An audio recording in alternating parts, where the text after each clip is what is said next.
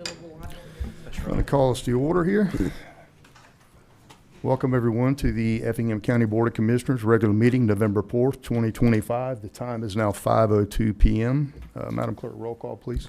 Yes, sir. Commissioner Floyd? Here. Commissioner Burdette? Here. Chairman Ron? Here. Commissioner Deloach is not present. Commissioner Helmley? Here. Commissioner Kiefer? Here. You have a quorum, sir. Thank you, ma'am. Commissioner Burdette's going to give our invocation and pledge. Please rise.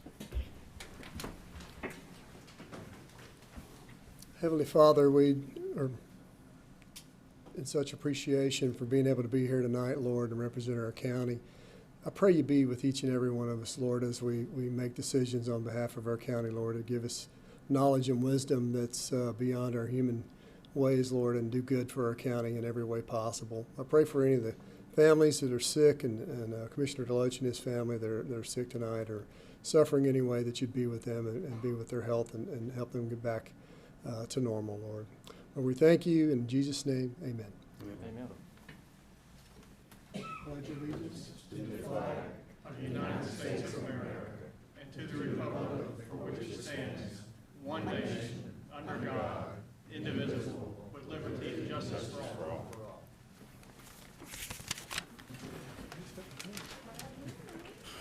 All righty.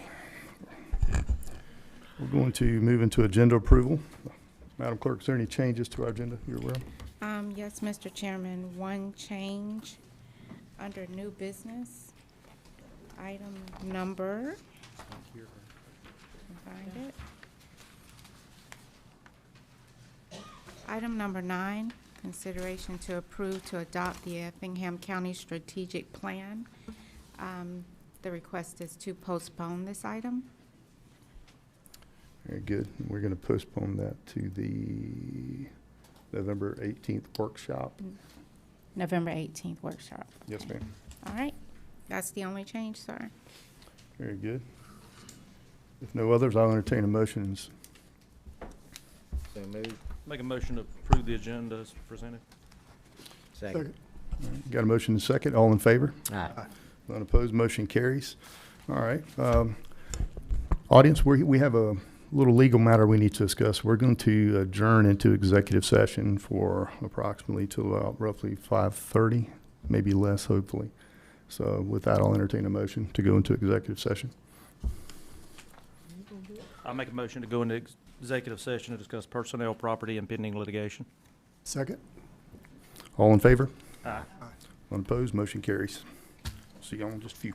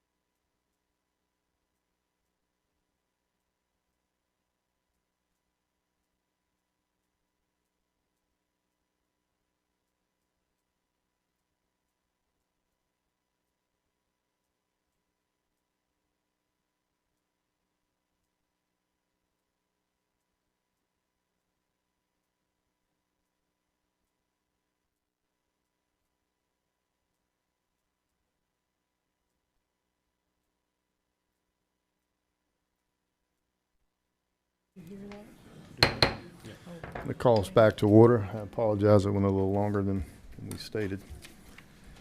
We're going to skip around for 1 second. We're going to move to item number 1 in new business, proclamation. I'm sorry, I need a motion to return from an executive session as well, Make a please. motion to return from executive session. Second. All in favor? Aye. None opposed, motion carries. Now we'll move into new business, item number 1. Consideration to approve a proclamation recognizing November 9th, 2025 as Retired Educators Day in Effingham County.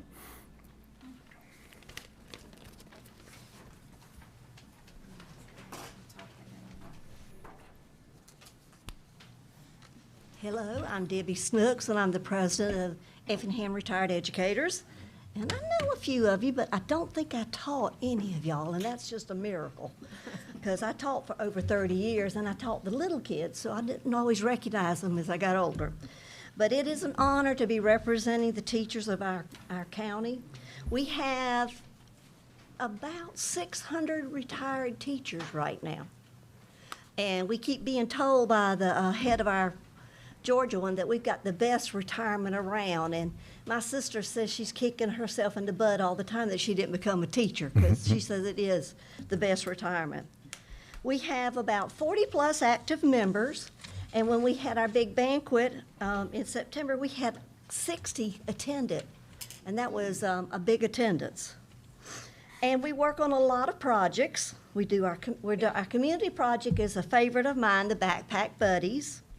And we do a school project. We've done bus drivers, you name it. We've done a lot of groups. This year we're doing the counselors and the social workers and recognizing them. And we'll probably fix them a meal and, a homemade meal and maybe some little treats. And then our state project right now is the Augusta Children's Hospital. Our state president, she had a nephew that I think he's still going through treatments, and that they've just treated him so well there, she wanted to help them.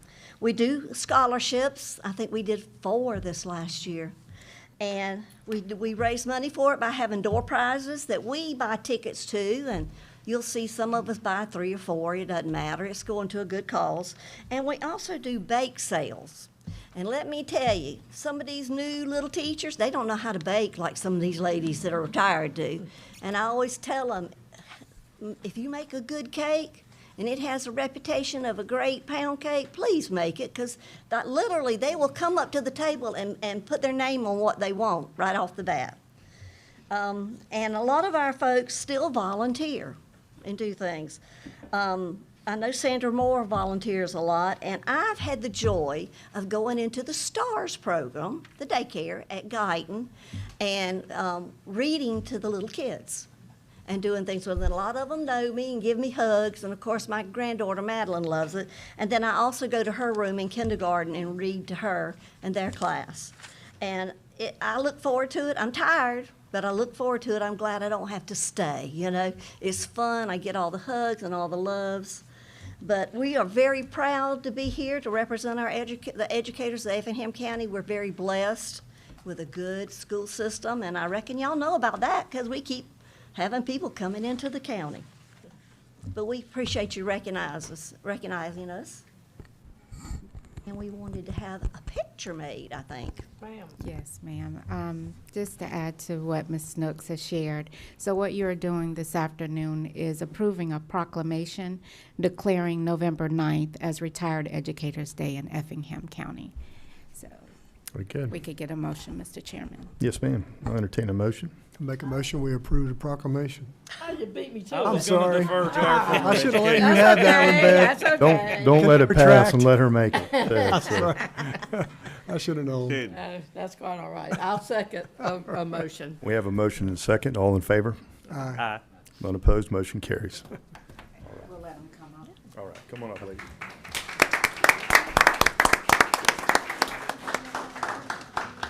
Ladies. Yeah, they can come up. Can you come around? Sorry, Beth, I should have known. That's all right, Robert. Not a problem. Main thing is we're doing it. It's a good thing. That will include you.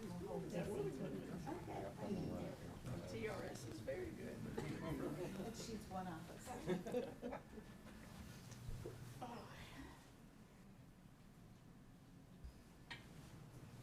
We'll display this at every meeting, I promise you. That's beautiful. See, where can I screw you in? Right here? I don't think you're gonna block me, so you can. Thank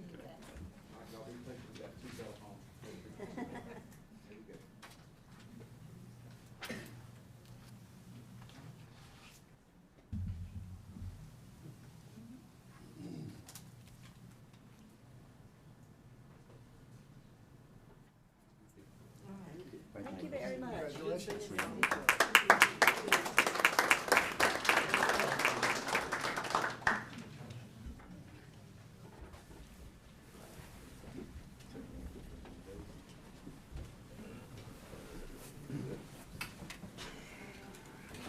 All right.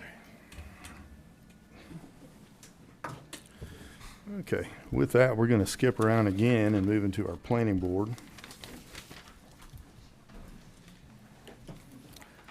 Our first item was a public hearing. Planning Board recommends approving an application by Suzette Schmetz as agent for Beverly Bowles to rezone plus or minus 5 acres located on Highway 17 from AR1 to B3 to allow for veterinary services in B3, map number 296, parcel number 46C01 in the 3rd District. Chairman, I'm gonna Mr. step down Chairman. for this one on the adjoining piece of property. Commissioner Floyd has property abutting, so he's gonna step down. Yes, sir. So the applicant has requested to rezone the total 5 acres to B3, which is our major commercial district. Initially, the applicant applied for conditional use in AR1 for veterinary services, and at the Board of Commissioners meeting on August 19th of 2025, the board discussed the option of this parcel possibly being rezoned to the B3 district, again for the proposed veterinary services, and suggested that the applicant apply for the rezoning. Veterinary services is a permitted use in the B3 zoning district. This parcel falls within the agricultural residential area within the future land use map. However, it is adjacent to the property that is commercial on the future land use map, as you see here. And the predominant land use of land for the commercial area ranges from small-scale stores serving residential areas to wholesale operations and everything in between. And that is from our Effingham County 2020 to 2040 Joint Comprehensive Plan. At the Planning Board meeting, the Planning Board did unanimously recommend approval. Staff has reviewed the application, and the application is complete with the following conditions: that a site plan be approved by the Board of Commissioners, and that any encroachments onto Pound Road must be approved by the county engineer, and any encroachments onto Highway 17 must be approved by GDOT. Thank you, ma'am. Is the applicants here and like to come up and speak? Please come forward.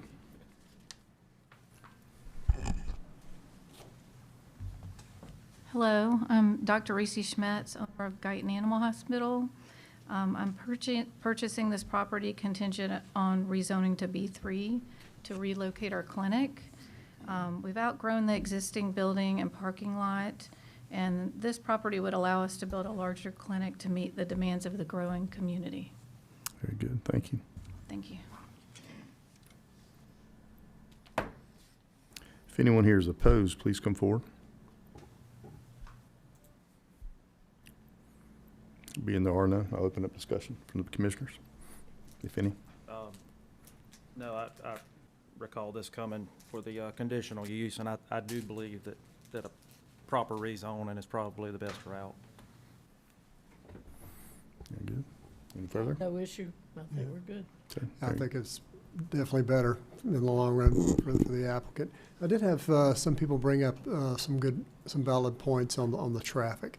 Said you guys are really busy, which is a great thing. But I would defer to engineering and you guys on that. If we could, what you thought about Pound Road being an entrance and an exit, and maybe, I don't know what ideas would work there, but something to lessen that impact of getting on Highway 17. It's a busy highway. Yeah, so what, I mean, I don't And, know if and you I'm had, assuming that there's an existing encroachment on 17 right now. There's an existing driveway on 17? Yeah, so obviously GDOT's going to make that determination. that'd be up to them ultimately. Rather than us. I mean, we State can, road, we can approve a entrance on Pound Road as well. Although looking at that, I would think that since Pound Road kind of comes in at that angle, I'm just wondering if the entrance on 17 might be safer anyway. But we'll have to we'll take a look at that. So it'd be a traffic study to see if it was a turning lane or something in there that would be required, or? I'm not quite sure what GDOT requires. They may, but Jonathan, do you know? Is that something out of our hands, or is it something we Pretty can much, do? yeah. I see. State road. State road, yeah.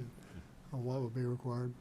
So for Or what's the safest thing, Jonathan? I know you love safety, so tell us. yeah, State your name for the record, sir, please. Thank you. absolutely. Jonathan Holm, county engineer in the County Engineering Services Department for Effingham County, Triple County. Anyway, to get to your point, as far as safety goes, I mean, they'll have to do a traffic impact analysis for this, and that's really going to, show what they'll need to do. Let's just say they did Highway 17 as the primary entrance. There's a amount of trips that their business is going to generate, and that report will get into the details of okay, well, is it warranted or is it not? And GDOT, they'll be looking at the GDOT encroachment manual to make that determination. There's a table in there that spells out based off the speed limit and based off the volume of traffic that the road's currently at, and how many trips are being turned in, if it's required or not. And so that'll be the Highway 17 side. And the same would apply for Pound Road if they were trying to, do an entrance off of Pound Road. I'd be looking to the GDOT encroachment manual. Would you have to do that on Pound, even though it's not a GDOT road? Yes. All right, Thanks, sir. Yep. part of the deal. Okay, thank you. Yeah, no, I don't disagree, but I don't know that that's something maybe we need to Yeah. stipulate in the rezoning. I think That we can sounds like probably it'd be handle up that to GDOT, isn't it? at site plan. Yeah. Well, with that, no further discussion. I'll entertain a motion. I make a motion, we approve this rezoning. Second? A motion is second. All in favor? Aye. None opposed? Motion carries. Finally, ladies, y'all are done. Yeah. Almost, almost. Item number We're 2, yeah, almost- second reading, second Second reading. reading. Yeah. The big hurdle's over, Yeah. I guess. Consideration to approve the second reading of an application by Suzette Smets as agent for Beverly Bowles to rezone plus or minus 5 acres located on Highway 17 from AR1 to B3 to allow for veterinary services in B3. Map number 296, parcel number 46C01 into 3rd District. Entertain a motion. Make a motion, and we approve the second reading. Second. Motion is second. All in favor? Aye. Unopposed? Now it carries. Yay. Yes, ma'am. Let's get back. All right, moving into item number 3, public hearing. Planning Board recommends approving an application by Matt Anderson as agent for Robbie Lee Postel, executor of Holiday Postel Estate, to rezone plus or minus 6.6 out of 26.4 acres located on Mount Hope Road from AR1 to AR3 to allow for permitted uses in AR3. Map number 268, parcel number 19A in the 3rd District. Yes, sir. So the applicant would like to rezone the 6.60 acres to AR3, and that is our agricultural residential 2.5 acres or more district, and subdivide the 2 parcels into 3.30 acres each. The application material states that this subdivision will be for 2 residential lots with 1 single-family home on each lot, and will be for 2 siblings of the estate. And let me get to that. There you go. This parcel does fall within the agricultural area of the future land use map. This area does allow for low-density residential development that is compatible with nearby agricultural uses. At the planning board meeting, the planning board did motion for approval and specifically agreed that AR3 was in alignment with the surrounding area. Staff has reviewed the application and it is complete with the following conditions: that Development Services must review and sign the plat, and then the plat must be recorded so the zoning can take effect, and any encroachment permit must be reviewed and obtained from Effingham County for access to Mount Hope Road. Very good, thank you. If the applicant has anything that they'd like to add, they may come forward, please.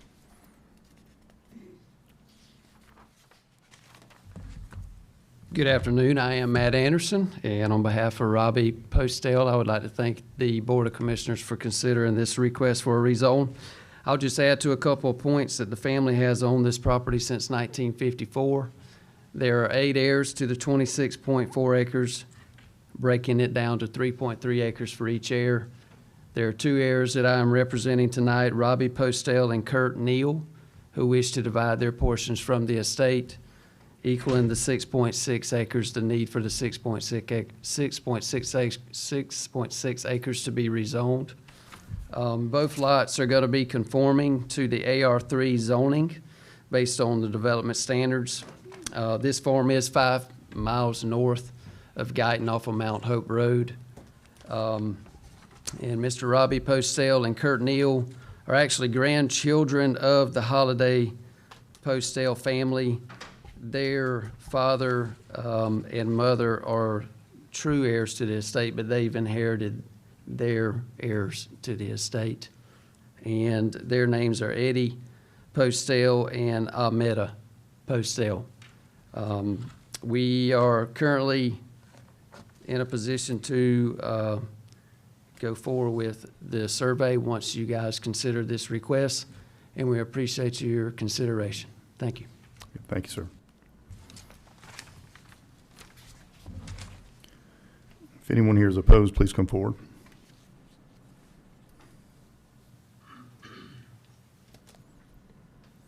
I see no opposition.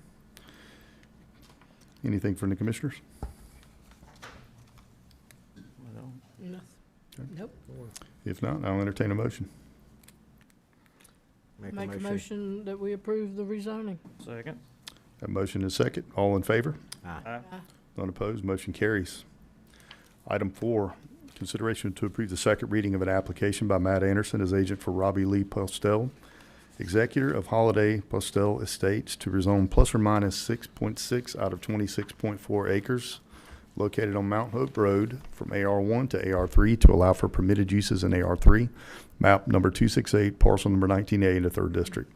I'll entertain a motion. Make a motion that we approve the second reading. Second. A motion and a second. All in favor? Aye. None opposed, motion carries. Item 5 is a public hearing. Planning Board recommends approving an application by Terra Moore Development LLC as agent for Carrie F. Graham to rezone plus or minus 2 out of 36.36 acres located on Old Tusculum Road from AR1 to B2 to allow for commercial retail in B2. Map number 366, parcel number 48 in the 3rd District. Yes, sir. So again, the applicant has requested to rezone that 2 out of 36.36 acres to B2, which is the general commercial district, for a commercial retail establishment. Per the Effingham County permitted use table, convenience store is a permitted use within the B2 zoning district. The application material states that the development of a commercial retail establishment will have a building of approximately 10,640 square feet.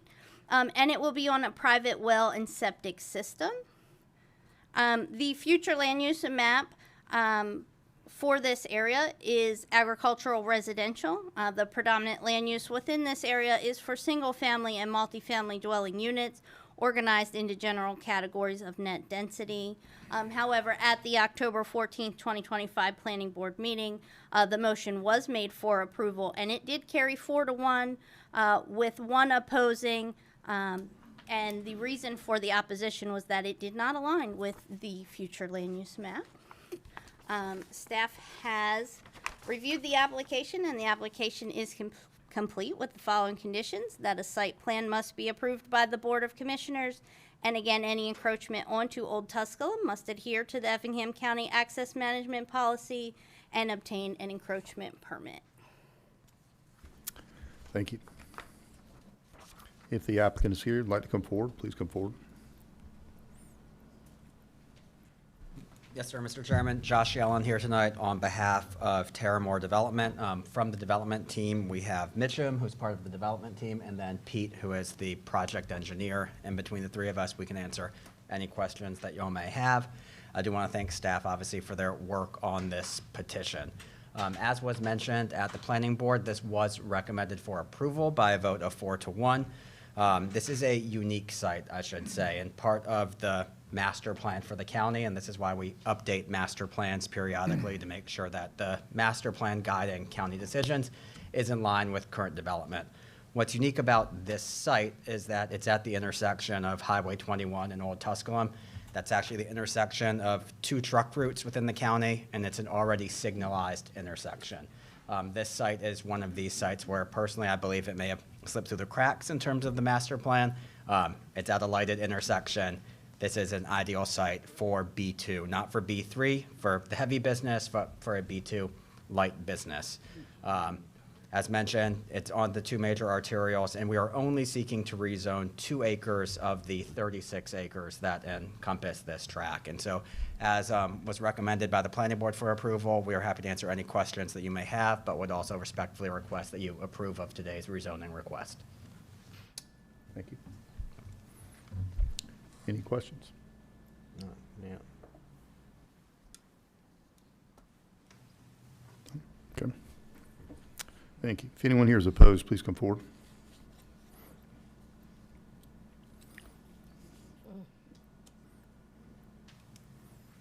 Being there are none, I will move to discussion with commissioners, if any. I don't have a problem with it. It's No, I nice. spoke to Commissioner Deloach, and he was pretty informed on everything and was comfortable. Okay. Very good. I just always hate to go against, what supposedly is a plan we're supposed to be looking at. As far as development, I do agree it's gonna come this way. There were a couple of people at the planning board meeting who did question, whether or not that area was ripe for development or not, that did speak in opposition, but. Yeah. What are the buffer requirements for them?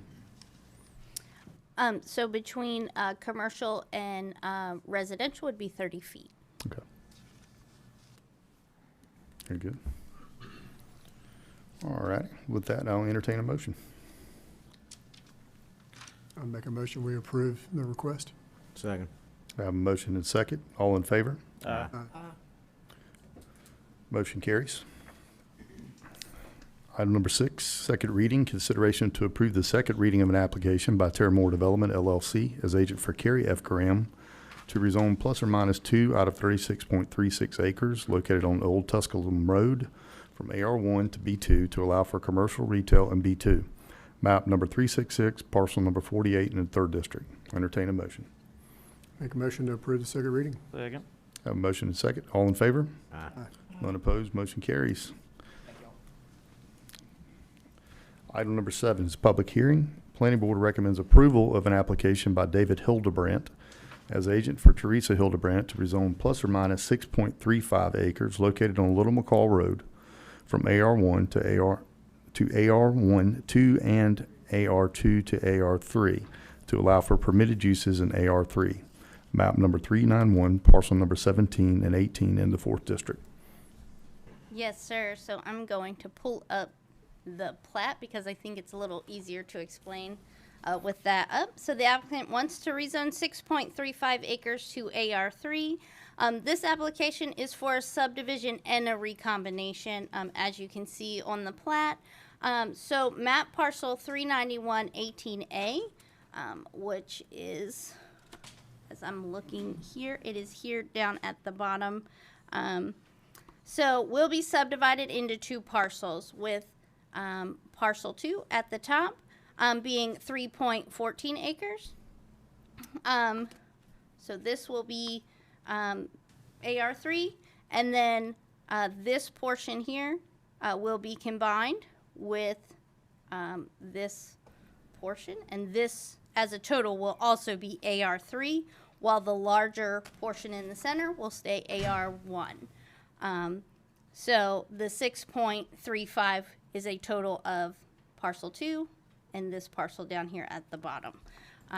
So the parcel does fall within the agricultural residential area on the future land use map, as you can see here. And then at the planning board meeting, the planning board did motion for approval, and staff has reviewed the application, and it is complete, again, with the following conditions: that Development Services shall review and sign the plat, and the plat shall be recorded so the zoning can take effect. And then any new encroachments onto Little McCall Road must obtain an encroachment permit from Effingham County, and of course meet the requirements of the access management policy. Thank you, ma'am. If the applicant is present, please come forward if you have anything to add.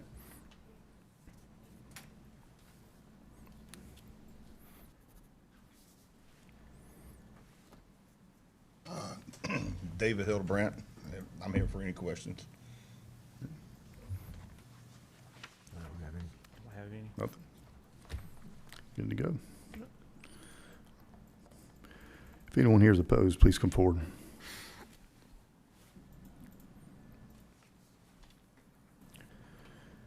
Being there are none, I'll move to discussion, commissioners, or a motion.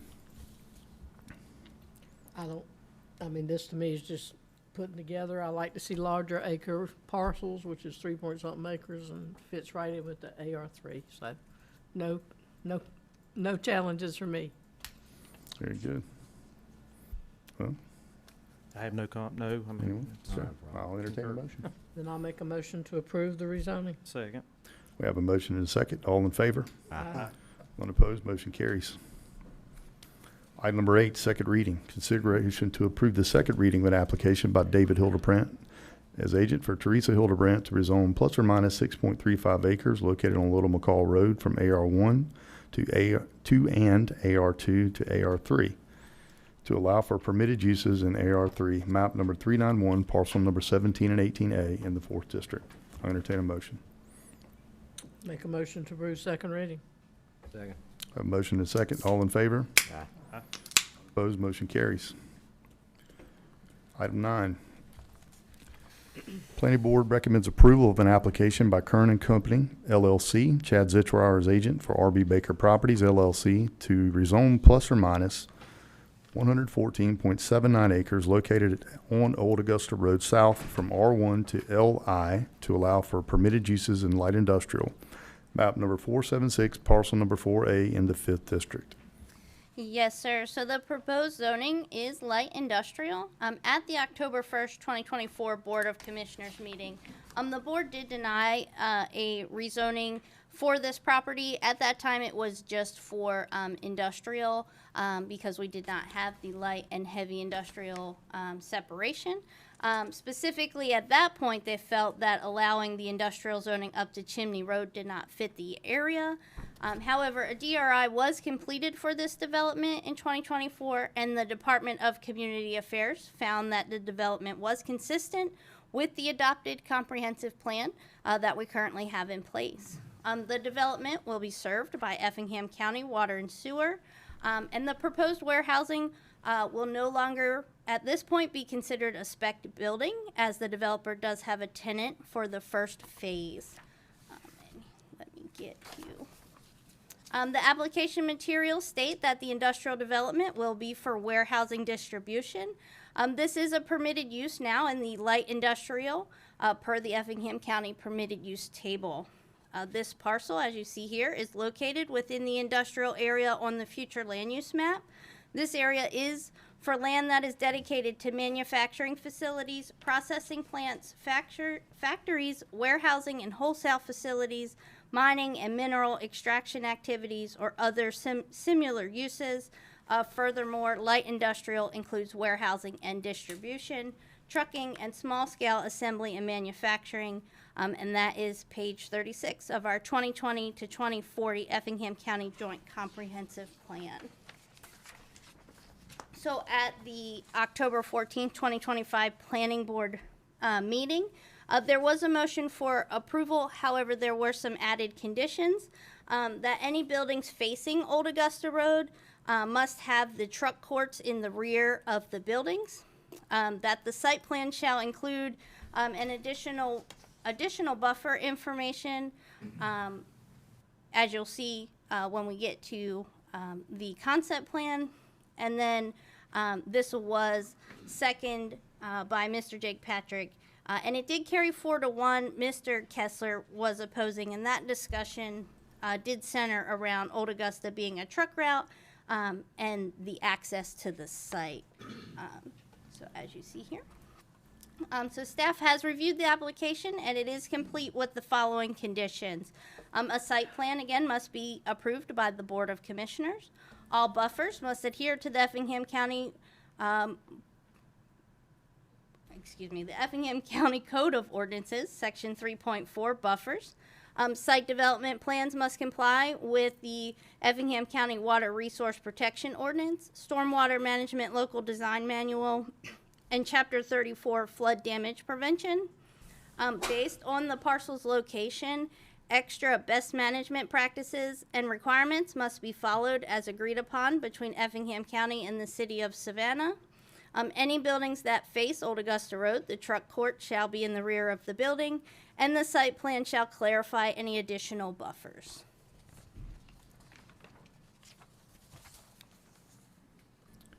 Very good. Thank you.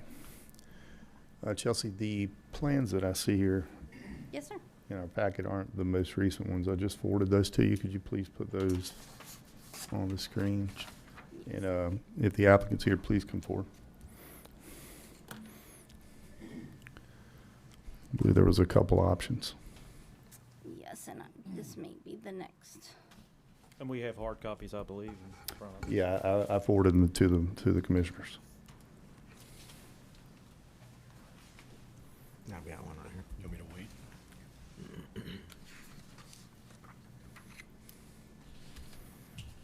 You good? We ready? All right. Rock and roll.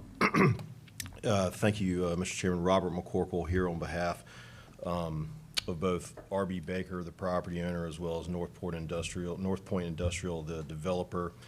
Chad Zitcher, our engineer, is here. He's going to speak here in just a second. And then also our tenant, JIT Warehousing, and Ben Goldberg and his family, also here with us this evening. Total site, 115 acres, 91 acres of upland. To our south, we've got the DOT property immediately to our south, and then industrial property. Across Old Augusta, we've got residential, and then some industrial, and then to our north, we've got a residential mix of single-family residences as well as mobile homes. We have 3 direct neighbors that actually share a property line with us. Of those 3, I did want to note that we did have a letter of support from Josh Cribbs, one of the 3 neighbors. And Chad will mention that momentarily. We will have a 150-foot buffer in between the residential properties to our north. There was discussion at planning about making sure that if in a later phase the additional driveway that may come to connect to the roundabout, if it were to be constructed, that the buffer be 150 feet regardless of the width of the road. So if the width of the road's 40 feet and goes through that area, that we'd ultimately have 190 feet so that the buffer was all in place. And so we agreed to that condition as well. As was mentioned, the request is for light industrial. It is consistent with the future land use map. Property is designated for industrial future land use. It is located on Old Augusta Road, obviously a designated truck route. The project is to have multiple buildings on the site, hopefully eventually, between 60,000 and 250,000 square feet. 3 to 4 buildings, ultimately, potentially. Phase 1 will just be one single building, about 250,000 square feet, which will be a build-to-suit, as was mentioned for JIT Warehousing. I think it's just important to note that this size of the site, the size of the buildings on the site, this 60,000 to 250,000 square feet is a market segment that there is still a great demand for. There are other market segments in industrial, as you know, that the demand for has waned a great deal. But at this site, at this size, there's still a great deal of demand. And Also allows, frankly, better service to more local providers and local tenants and local owners than you might otherwise have with some of the larger warehousing facilities. JIT Warehousing, our tenant, has been in business for 30 years. They're ready to come to the site when the project is built, and they're going to bring 38 jobs into Effingham County with them. And so it's an exciting project with an end user ready to go. When this came before the commission back in 2024, there have been several changes that happened since then, obviously. As y'all know, there's a new zoning ordinance in place now which provides for a light industrial zone, which takes out some of the potentially negative uses that existed or that could have existed in the earlier broader industrial zone. We've also changed the project in the sense that we no longer have a spec warehouse. So again, build a suit for a local company bringing jobs to the community. Also, the 33 acres across the street, across Old Augusta Road, has been rezoned since that time. Also, the improvements to Old Augusta are underway, with more to come there directly in front of our site, obviously. And then also the water and sewer project that had been planned for Old Augusta was extended and is now out to our property line. And so with all of those changes, we felt it was a good time, especially with such a good tenant, to come back and ask for your reconsideration on this item with this new plan. As was mentioned at Planning Commission, they did have two conditions. One was about the buffer, which I mentioned earlier. The other was to make sure that the truck courts were rear truck courts. We were already showing that in our site plan, but they wanted to make sure that it was in the record, in the approval, so that we be held to our word on that. And so, obviously, we agree with that revision. And so we're here tonight asking for y'all support of the Planning Commission's recommendation. And then Chad's going to talk a little bit about the phasing. Correct. Good evening, Chad Zitrower, Kernan Company. Thank you for having us here tonight. As Mr. McCorkle mentioned, there's kind of four main points that have changed since the previous application back last fall. The first of which is progress on Old Augusta improvements. As you can see on the site plan before you, this shows the roundabout that is planned at Chimney. We're aware that that's, a little bit down the road, nothing that's happened immediately, but do think it is important to note that planned improvements are coming on Old Augusta. Some of that is 4-lane and up the Logistics Parkway and some other roundabouts, but obviously that kind of impacts our layout and such. Other things, as Mr. McCorkle mentioned, are the zoning across the street with Mr. Graham, and obviously very important is having Mr. Goldberg and JIT here as our first tenant. Now, the other item that was mentioned is an adjacent property owner, Mr. Cribbs. So following the meeting last October, I believe the city clerk received an email from Mr. Cribbs looking to get more information regarding parcel 476-4A. This was the day following the meeting.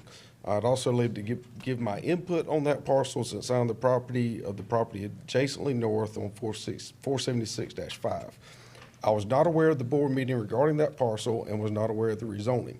After watching the board meeting video and seeing that the owner of parcel 476-4A is wanting it to become warehouses and the board denied that request and said they prefer it to become more residential housing, I am all for more residents to move to the county, but as the owner of 476-5, I prefer this property to become warehouses. As a follow-up to that, prior to or just after filing this application, reached out to Mr. Cribbs, got another follow-up email. As an adjacent property owner, I'd much rather have a warehouse development. Not only that, but the warehouse development will be better for Effingham County, bringing more jobs to the area. So that is a significant change that we were not aware of at the last meeting. Last year. The other scenario is the 150-foot buffer. So at the planning board meeting, the location of our access was, a major point of discussion. And I think some of the residents to the north of us were not aware of the roundabout forthcoming. Obviously, we're looking, for this zoning, and we went and met with staff to kind of present two scenarios. The one you've seen on the screen now is option A. That does not have any potential connectivity or, anything going to the roundabout. We are content with that option. The site plan is not before you tonight, but we will develop this property if this is what's wanted. The second scenario is option B. Chelsea, can you share that, please? Yes, sir.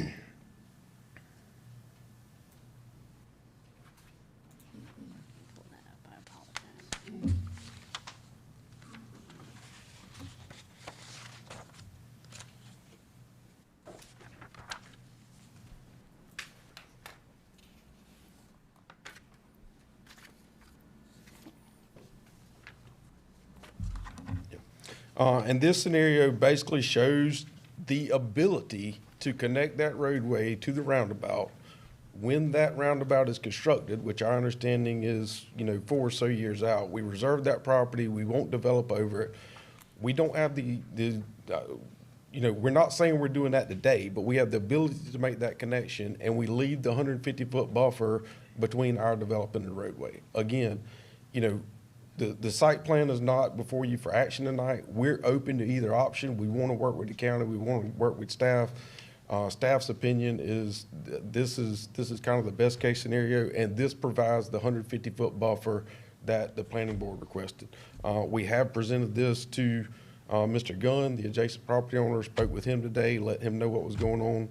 I don't want to speak for him, but he didn't have any substantial objections to what we discussed. What we did discuss with JIT Parcel A, which is something we want to move forward on fast or soon in the event this is approved, we'll leave a 200-foot buffer there now, which leaves room for the 150-foot and the potential connection, and that can be something we can address down the road. We're not opposed to that scenario at all, so we are willing to do that. We feel like we've listened to a lot of the residents' concerns. That's the reason we came back with this application. It is part of the master land use plan. As Chelsea mentioned in the staff report, we are aware of the BMP requirements for discharge of stormwater to maintain the 100-year event and additional BMPs. We are committed to committed to comply with those requirements. With that being said, at this time, I'm going to turn it over to Mr. Goldberg, which we are hopeful will be the tenant of our first building in the event this application moves forward.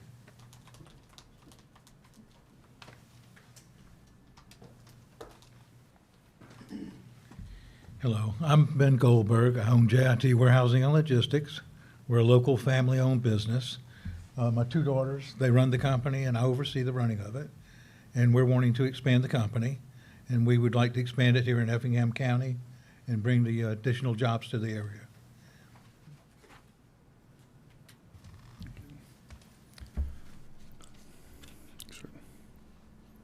That concludes. Very good. And just for clarification for the public, and Chad, this will be a question for you or you, Mr. This is not an abated property in any way. That is correct. This is not an abated property. We are also aware that along this corridor, the county has some special tax districts where they add 1% for industrial. We're aware of that, and they acknowledge to commit to this property being a part of that. And just for clarification, that tax goes to, the school millage rates, all millage rates associated with that which we are participating in. Very good. Thank you. And it looks like we have a 150-foot perimeter around it. Okay, very good. Anyone opposed, please come forward.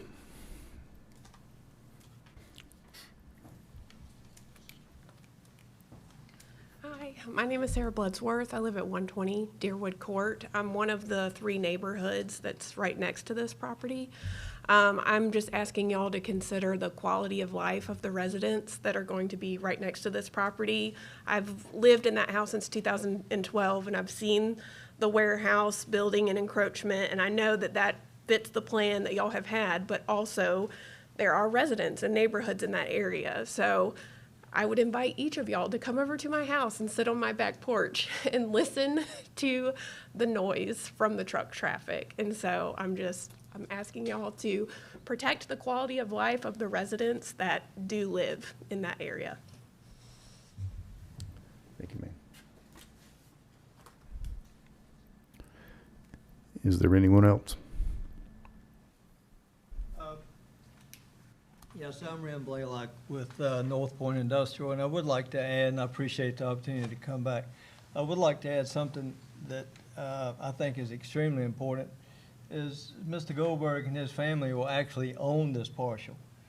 So they're not a tenant. This is not a North Point development. We will oversee the development. We'll oversee the rest of the park. But they'll actually invest millions of dollars in and bring 38 jobs to this location. So they are fully committed. This is not a landlord-tenant situation. Thank you. Anyone else here in opposition, please come forward.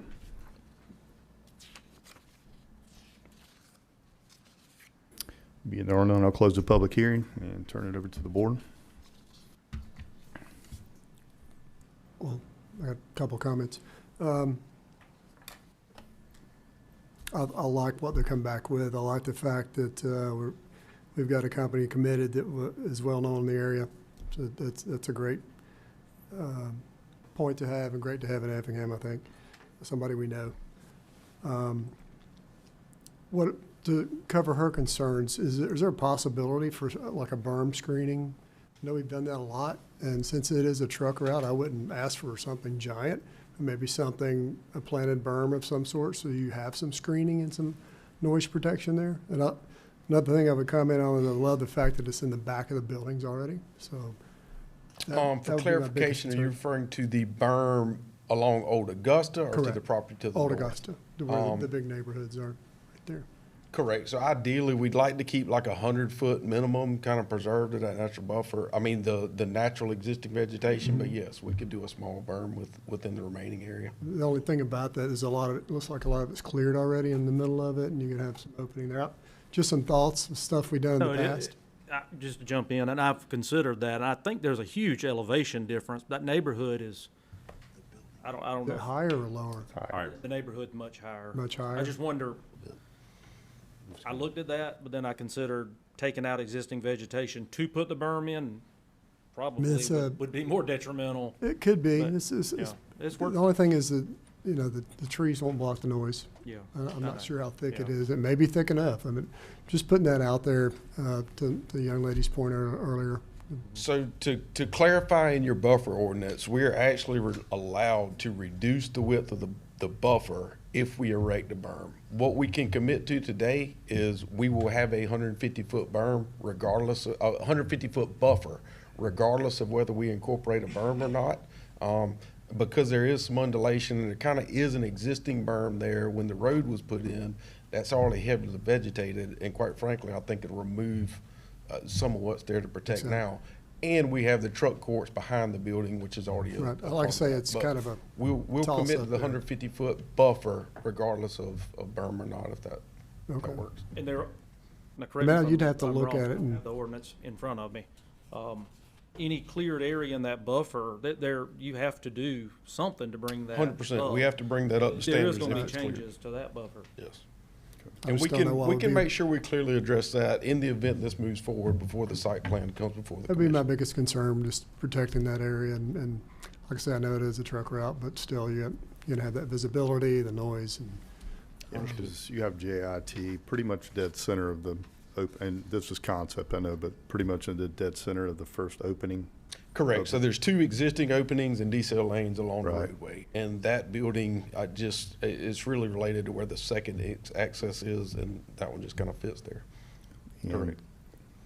the only question I really had was the Holly Lane. I see we have the second potential for the exit. It looks like that road encroaches on the property down in the corner already. As Yes, if it's so- on your property as it sits now, it appears. Correct. So when Effingham, or excuse me, Old Augusta Parkway was constructed and improved back about 15 years ago, Chimney Road kind of came in at a 60-degree angle, and it was kind of realigned to be closer to a 90 right there. And in order, when Chimney was realigned, Holly was also somewhat realigned, and yes, moderately comes across our property. We don't object to that. They've been doing it for years. We don't have any problems with it. But I think as what you see as part of the roundabout improvement project, that'll kind of be straightened out as part of that project. But we will not impact them whatsoever as to their daily traffic until the county does something with the roundabout. And can there be discussion, should we decide to go with, I believe, the option with the roundabout, with the connector there for improving Holly Lane's first Yes, little we'll bit? be- I mean, once we understand the county's, intent and how far your project goes, we'll absolutely be glad to work Gotcha. with you on that.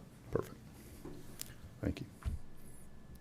Anything, Ms. Beth? I think a lot of that will be addressed with the roundabout. Right. Yeah, you know I'm gonna have some.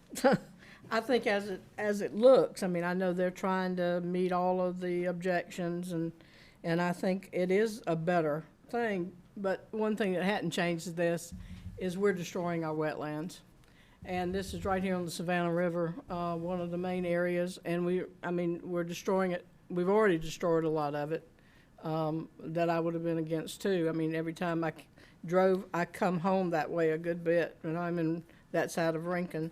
And as I drove in Logistics, out the end of Logistics Drive, Sunday, there's this huge swath, of course, of pine trees that's piled up in the middle, getting ready to get burnt or hauled away. I think we're cutting back on the burning, but, so there's more land that's gone. We just got to be concerned about protecting the Savannah River watershed at some point in time. And it's concerning to me that I know what the future land use map said, and I just halfway, said that I didn't even like going against it in the last vote that I did, but I think we've got to look about our future as to what. I mean, we're sitting there, Abercorn is there that Savannah's drawing water from. We're getting ready to tie in the Savannah River, with our major water project. And if we keep destroying these wetlands and ruining our watershed, I do think the Goldbergs have come up with a great plan, and as far as that goes, I have nothing with that. I have an objection as to where it's at, because I think we have to protect it. And I don't care if it's a warehouse or a residential community. It's still putting in impervious surfaces over a large swath of pristine oil. Probably not pristine, because when it came up the first time, some guy said that Anderson or somebody dumped a whole bunch of that was junk in proven there. not to be, That but was yeah, proven not to yeah. be. But in any case, but you still have the land that's still open, and it's still part of that natural filter that it is, because that's what wetlands do. And I just think if we keep messing with these things, that sooner or later, it may not impact me in my lifetime, but it's going to impact people down the road, because you're not going to have that natural filter anymore. And you're going to impact, flooding, you'll impact everything in that area when you keep destroying it. I do think it's a little too far down. I'd hate to see that come again. But my main issue is I just feel like that we're doing some harm for our children and grandchildren down the line if we keep covering up these wetlands. And that's why I can't support it for that reason. I think y'all have come back with a lot of good ideas. If it was somewhere else, maybe, but I can't see just continuing to destroy our wetlands and hurt our future possibly because we're taking away the natural filters. Understood. And just to provide a little bit of clarification on that, so on this 115-acre property, there's approximately 40 acres of wetlands. The only thing we are impacting on that is less than half an acre for a road crossing. So the remainder 35 acres of wetlands will remain in place. In addition to that, from a filter scenario, the depth of this developable property is roughly 1,500, 1,800 feet. There's an additional 2,000 or 3,000 feet of natural wetland vegetation before you actually get to Abercorn Creek. So none of that are we impacting or planning to impact, and we're actually only impacting less than half an acre of wetlands. But just wanted to clarify that. Well, So we're going to thank you. agree to disagree on that. Understood. But I'm glad y'all aren't either going all the way to the creek, but in any case. Yes, ma'am. I still feel it's covering up, and we just need to stop covering up so much. So. Good. Mr. Kiefer, anything from you? No, I appreciate the comments. There were, Mr. Zisrow hit perfect on the what's changed since the last time this was denied. And I appreciate Ms. Bloodsworth's comments, and is important. It's currently zoned R1. We started looking at numbers of what it would look like with homes. And obviously, Mr. Cribbs, I mean, he has valid concerns on homes. I faced that personally with some homes that went in near me. And I think this is, well, we know this as far as it's gonna go north on Old Augusta.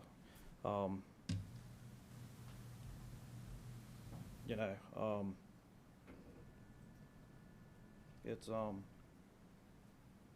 I appreciate them working hard, because we've worked hard, met, and talked it through, on anything that, you know, was possible. And I appreciate the environmental issues, but, you know, they're environmental issues all the way around. I hate to there's a timber guy in the room, I hate to mention it, but when you cut timber, before you replant, what's the first thing you do? Spray it. So, Nowadays, you know, long time ago you didn't. yeah, I know, but you do now. So, I mean, we can split hairs on the environmental impact, and we do, this goes back to, one of the previous rezonings further down south, where we implemented those, we upped the requirements on the stormwater. So, you know, with that,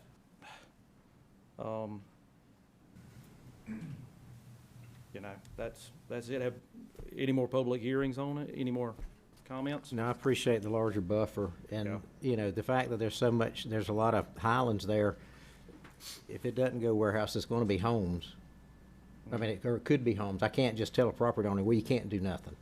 You can either be homes, or you can do something like Well, this. it's currently zoned R1. Right, I'm just saying, to Beth's point, you know, it's not gonna stay trees if that's what the property owner decides they wanna do. If they're, under the ordinance, they have a way to develop or use their property.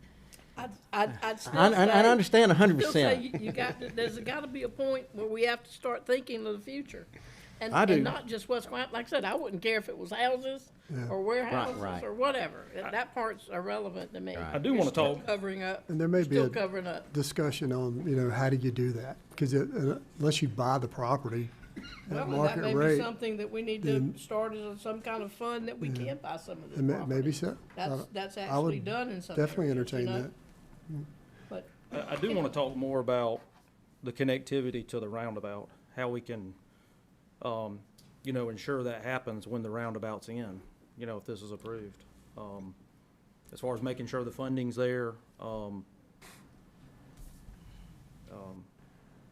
don't know if y'all thought about any ideas on making, I because mean, I think we're- that's important. Right, we're leaving the To me, it is. 200-foot buffer there now as part of what we would do with building one. In the event we got to a development plan for building C or D somewhere in the back and staff determined that connectivity from safety or fire or whatever was necessary, as part of a development permit for C or D, we'd be able to, we'd be willing to escrow the funds or whatever to construct that road if necessary. And we can address that tonight or in the site plan or whatever, but. Yeah, I mean, it would be my desire, if it's approved, that the entrance you plan on using from day one, of course, it would go to a right in, right out when the roundabout goes in, right?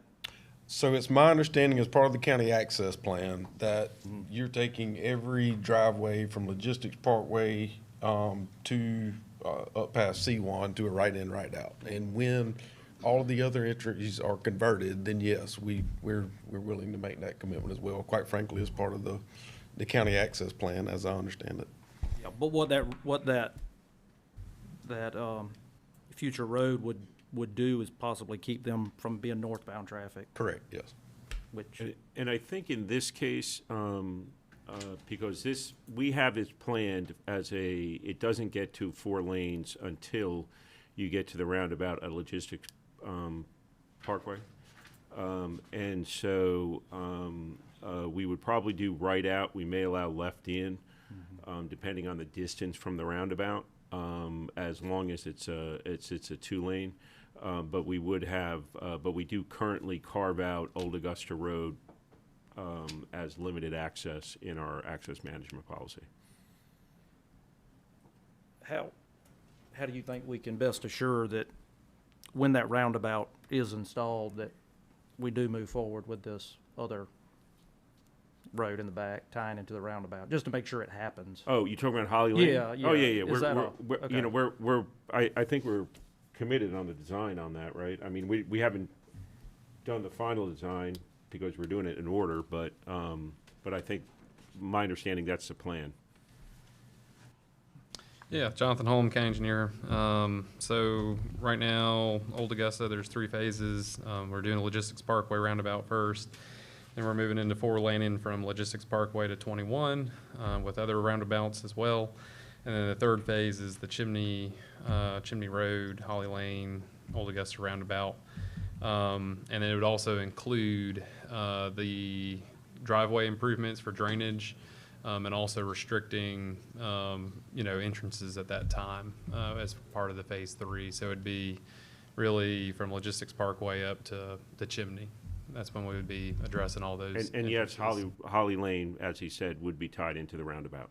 Yeah, Holly Lane would be. Yeah, and looking on here, actually, Holly Lane would tie into the new road. Right, yeah. Versus tying into the roundabout. If they did the option 2, they would have access to Holly Lane. They would kind of merge together. And that's right. They would either, I'm not looking at it entirely, and we haven't reviewed this yet, but it would either tee in to Holly Lane, or it would kind of spur into it. But most likely, I think we would probably tee into it. And that's one of my concerns. That road is very rough, and buses get stuck, and it's a rough road. So anything that can be done to it would help. Well, looking at this, the area that they have problems on Holly Lane are right where that road. Yeah, it's right at that first part. So all that would be. Yeah, and the advantage, I guess, for the development site would be that they would have full access at that time at the roundabout versus if they didn't do it, then they'd be restricted to a right in, right out, or maybe a left in, to Tim's point, if it was 2-lane. Yeah. And so they would have full access, be able to go north, south. They wouldn't have to get on Old Augusta Road, head north, do the full, circulation of the roundabout. So there is an advantage for them being tied into that logistically. Yeah, that's my biggest concern, is making sure when that roundabout's in that we do connect that. I would recommend getting into an agreement to kind of help solidify that. Yeah, once the site plan is in play and we know what the entrance configuration is going to be. Sure. Okay. Then we have to enter into an agreement based on how it's going to affect the roundabout, because no matter what, it's going to affect the roundabout, just because it's on the property. Holly Lane. The entrance to Holly Lane I believe, is part of this property. Yeah. If I have that correct. All right. Appreciate it. Yes, sir. Okay. With that, I'm going to make a motion to. One other thing, Phil, with that roundabout, we're committed as developer to have unencumbered that strip of land that would allow for that access to the cul-de-sac. In phase 1 in the JIT building, that road will not be constructed, but it'll be free and clear of the property that Goldbergs are buying. It'll still be owned by North Point and Baker. And we can certainly go into agreement where that'll stay unencumbered and have that access. Once we come back for site plan approval, when we have a tenant, out of 30 years and 15 million square feet, I've never built a spec building.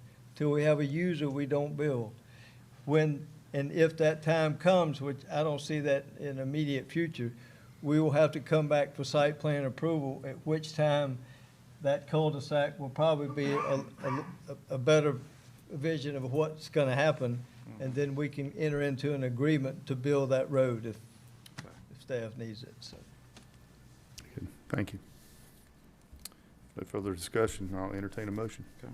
With that, I make a motion to approve with planning board and staff recommendations. Second. I have a motion and a second. All in favor? Aye. Any opposed? 1. Aye. Opposed. Motion passes. Back to my agenda here.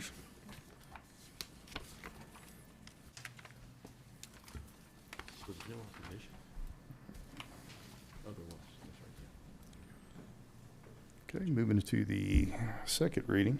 Consideration to approve the second reading of an application by Kern & Co. I'm sorry? You can't. What were we? You had opposition. It wasn't Oh, unanimous. I'm sorry. You're exactly right. Trying to get it behind us. I apologize for that. Move to the next. Okay, moving into item number 10. Sorry, item 11. Planning recommends denying an application by Neil McKenzie as agent for Cassie Michelle Heinley to rezone plus or minus 247.2 acres located on Sand Hill Road from PDR to PDR to allow for a plan developed text amendment, map number 298, parcel number 46 in the first district. Yes, sir. So the applicant is requesting to amend the PD text as the original text accounts for private well and sewer systems. However, based on conversations with Effingham County, a will serve letter for both water and sewer has been obtained by the county. Due to the changes in utility and the increased density, the PD text must reflect these changes. You do have that PD text in your packet. Again, this parcel does fall within the agricultural residential area within the future land use map. At the planning board meeting, it was motioned for denial. That discussion did center on the density increase, the open space, and amenities. Staff has reviewed the application, and the application is complete with the following conditions. A preliminary plat must be approved by the Board of Commissioners. All site development plans must comply with the Water Resource Ordinance, Local Stormwater Design Manual, and Chapter 34 Flood Protection. Site development plans must adhere to the Effingham County Code of Ordinances, Section 3.4 buffers. Again, no lot shall back up to Sand Hill Road. The total percentage of cottage lots shall not exceed 50%. The minimum square footage of the homes must be 1,500 square feet, and site development plans must include a covered bus stop. Very good, thank you. If the applicant is here, please come forward.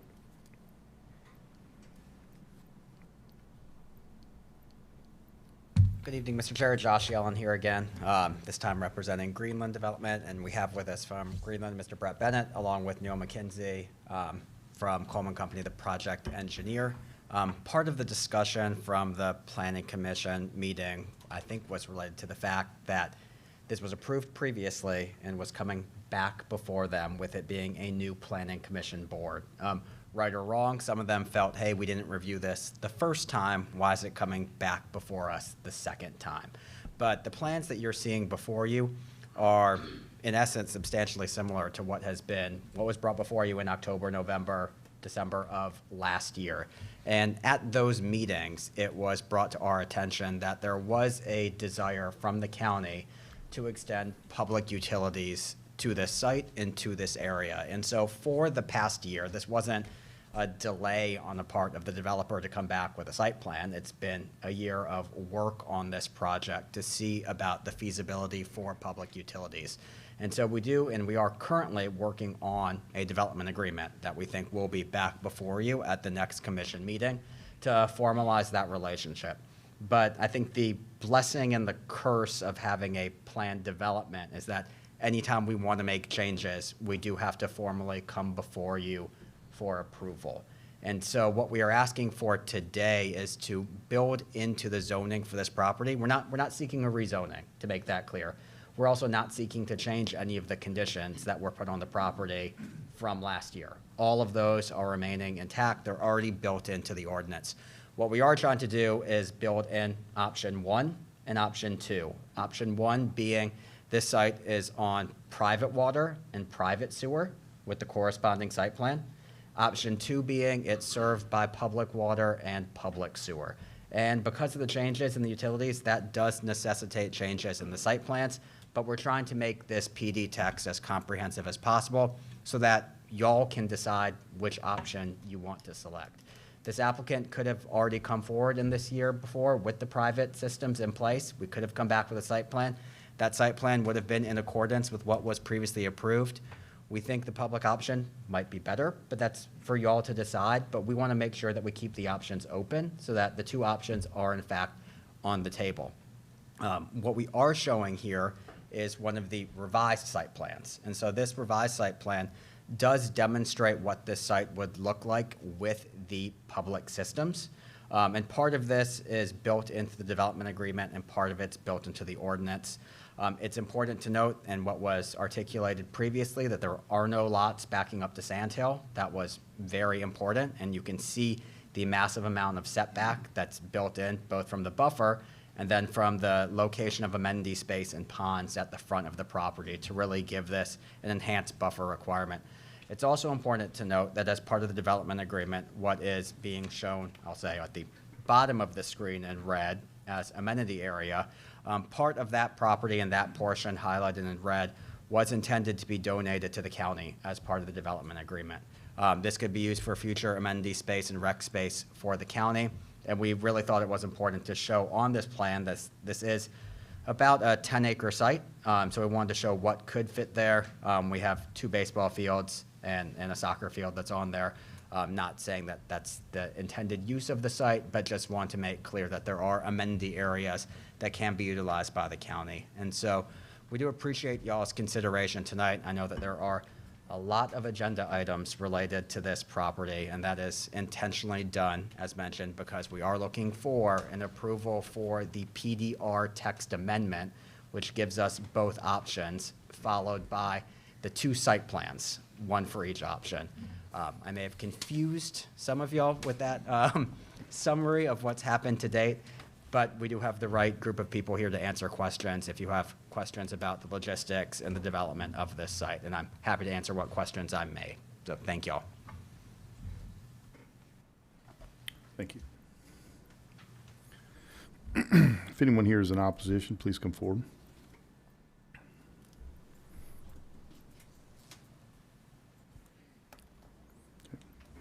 Being there are none, I'll now close the public hearing. I'll start the conversation here. Whenever we first approved this, I encourage them to try to work with staff to find a way to serve it with public sewer and water, because we had had numerous problems in the county with neighborhoods with public wells. We had no generators. In that last storm, we were out of water for probably a week or more. And I can't imagine developing a property this large and having a situation of not both the water and the sewer system. Even though they said they could put a generator on it, I would much rather service it with county water and sewer. So I did push in this direction for that reason. I'd have to echo that. I think it's a huge advantage to have public water and sewer there. That's the option I'd like to see as well. I talked with Commissioner Deloach. He feels the same way. It's much better than having their own water system, much better than having their own sewer system. This is already an approved site. It's going to happen regardless. This is nothing that we're approving that's on the new side of things tonight, but it is a huge improvement in having these services for the people that are going to live there. I'm on a system in my neighborhood, and we lost water and we had no control over it, and it's not fun. I'd much rather have public utilities that are at our place, but we don't have that option. So if we can get that option, that's great. And I think it also helps us with, they're going to share in that cost, as I understand it, get that moved out. So it's a huge plus for the county on that portion as well. So. I guess I'll go next. I voted against this the first time. Mainly because I felt that this area did not have the infrastructure in place with all the added traffic. There was a lot of people there at that time. I'm sort of sorry to hear they're not here tonight. Maybe they figured it wouldn't even need to be, but I'm still, that concern is there. 1780, if y'all ride that area, try to get out. And the idea that you're having this size development, and now with water and sewer, what he didn't mention is it's 80 more houses. So in addition to what was already going to be there, since it's water and sewer, it's 80 more houses. So you're adding that many more people. So just, which makes already, in my opinion, convoluted area because of the fact that we don't have the infrastructure in place to allow for this type of traffic, is actually going to be worse. I could go through a lot of the different bits and pieces, whether or how much open space they have, the fact that they're giving this to the county. To me, they're giving it because they couldn't use it as open space because they'd have to go somewhere through the wetlands to get to it. And I won't say, we wouldn't use it, but the point is this area is not ready for this type of development. It has been approved, so that's a go. I would have much rather them, instead of padding their pockets with 80 more houses, to maybe make a nicer development with the already 400 they were given, give or take, and make maybe some larger lots and maybe more amenities as far as open space. When you consider how many children are going to be there in this kind of community, it would have been nice maybe, instead of deciding you want to make some more money by putting some more houses in, to maybe put some amenities there and leave some of that open space that they were going to use for their septic system to put some ball fields in. And I think Mr. Kessler mentioned this, or some tennis courts, pickleball courts, or something to that effect, to give the children a place to run around and play versus some small areas. So there's no way, I didn't support it in January. I'm definitely not going to support it now. So. My only comments are the, going to a public utilities. I mean, clearly it's obviously safer, better for the environment, just, I don't know, it just makes sense to me.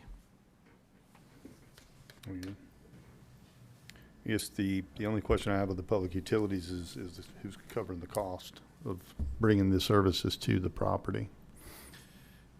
So we're covering they are covering a little over a mile. And so we are covering technically the cost recovery fees from the development there is going to cover the cost of extending the pipe. It'll more than cover the cost of extending the pipe up there. Mm-hmm. But it also, just kind of assists on providing any of the developments that may go with on-site sewer systems that are along the way, the ability to tap into public treated sewer rather than on-site septic or on-site land application. So but we will be covering the cost of the pipe with the cost recovery fees. Okay. I do have another question if I may ask it, because I'm pretty sure I'm gonna be outvoted. The green space, do they have to meet, since we have the new restrictions for 25%, can we make that part of the PD, that they would have to be 25% green space? I think right now they're saying they have 20%. It is, if they have 20%, by virtue of the formula, and the fact that there's hard amenities involved, my guess is they would probably exceed the 25% because we give double, triple credit for things like clubhouses and that sort of thing, and paved paths. But we also give, I believe, what is the credit for public donation of what? 6 times the credit. Yeah, and then 6 times the credit for the for a public donation to a park. So they get around it by donating that corner that they couldn't use anyway. Correct, right? But it's a. Yeah, it's just, I'm telling you, this just aggravates me. It aggravates me. Because why couldn't you just build a nicer development instead of just cramming more houses? This is Brett Bennett, Greenland Developers. I'll address a couple of things that you said. To say that we couldn't use that property would be completely inaccurate, and if the county doesn't want it, we probably could make a lot more money on that piece of property. That's just inaccurate. We met the requirements prior to your zoning changes. We are going to meet the requirements after your zoning changes. So I'm not sure what else that you're looking for in that regard. What I'm looking for is for instead of cramming as many houses on a piece of property, I'm not denying that you'll meet all of our requirements. That's not my argument.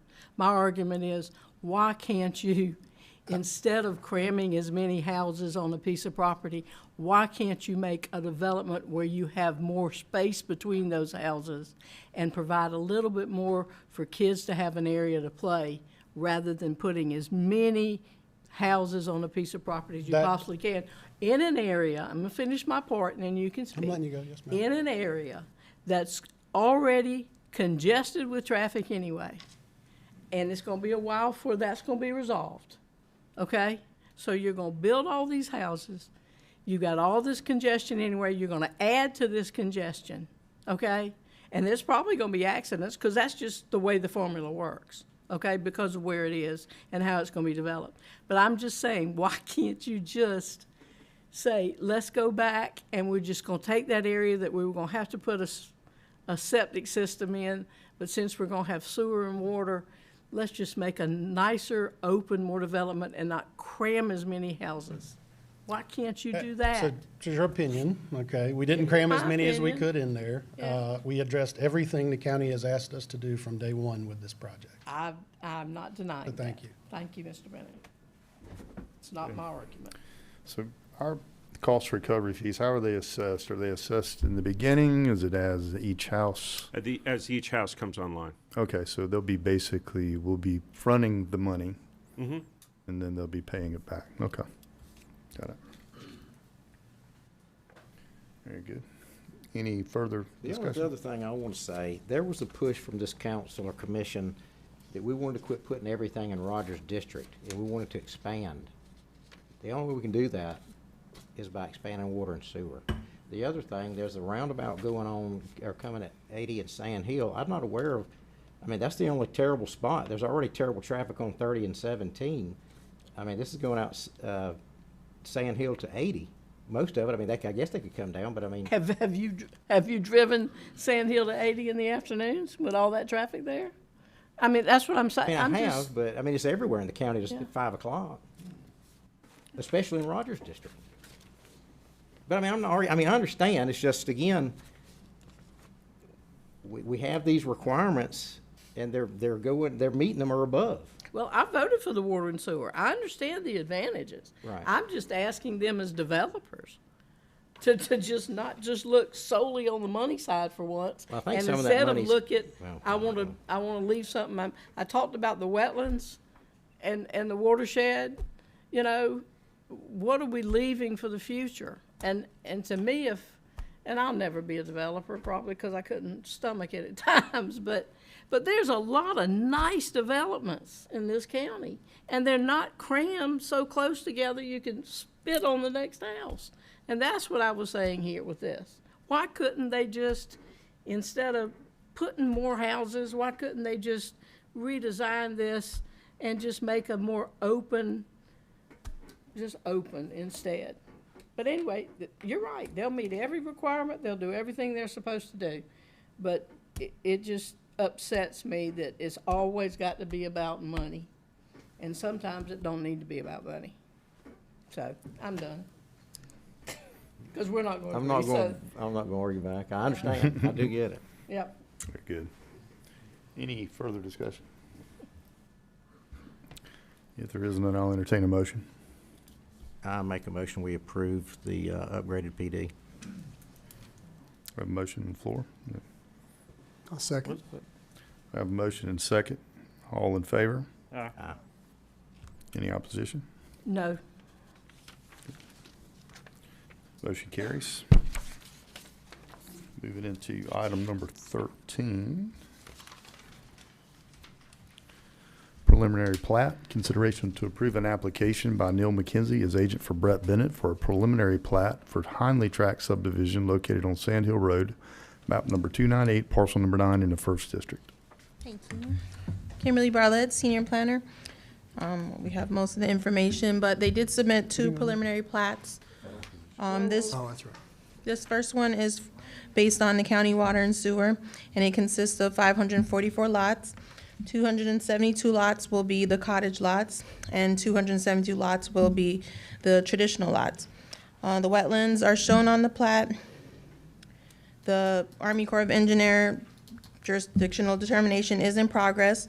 The plat is showing a 100-foot undisturbed buffer along Sand Hill Road and a 50-foot undisturbed buffer surrounding the entire property. The required open space for PDR is 20%. The development will provide 42.2% of open space, which includes parks and amenity areas. The covered bus stops will be provided. GIS will review the proposed subdivision name once it's provided by the applicant.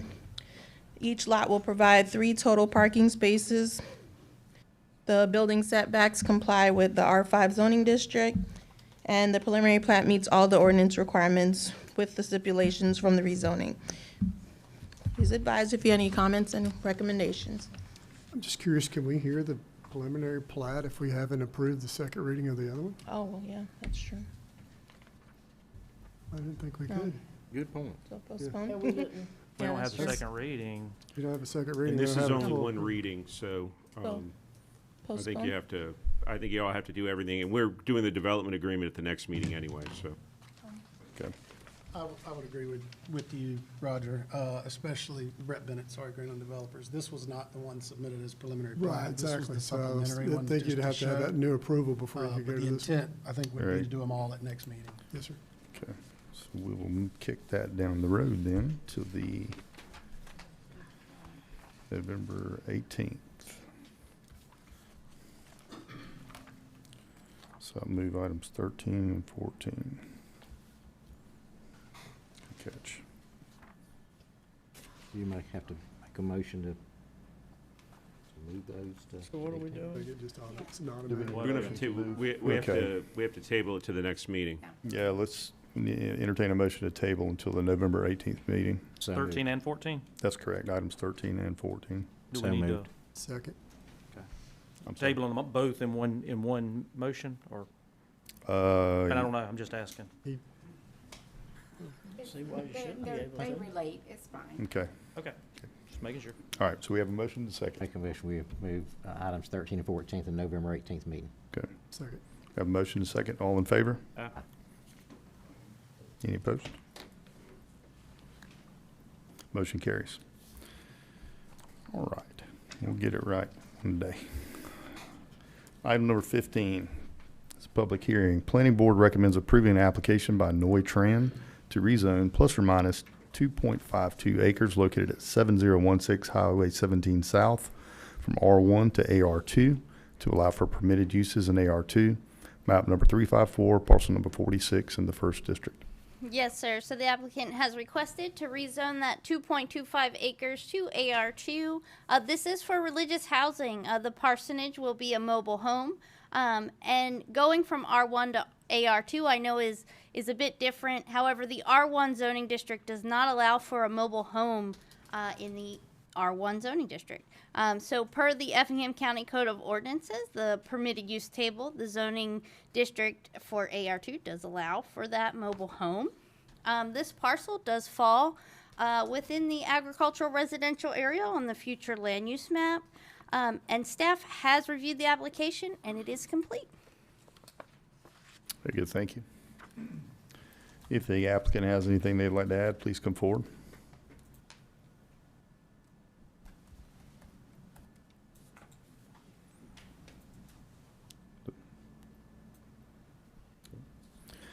If there's any opposition, please come forward.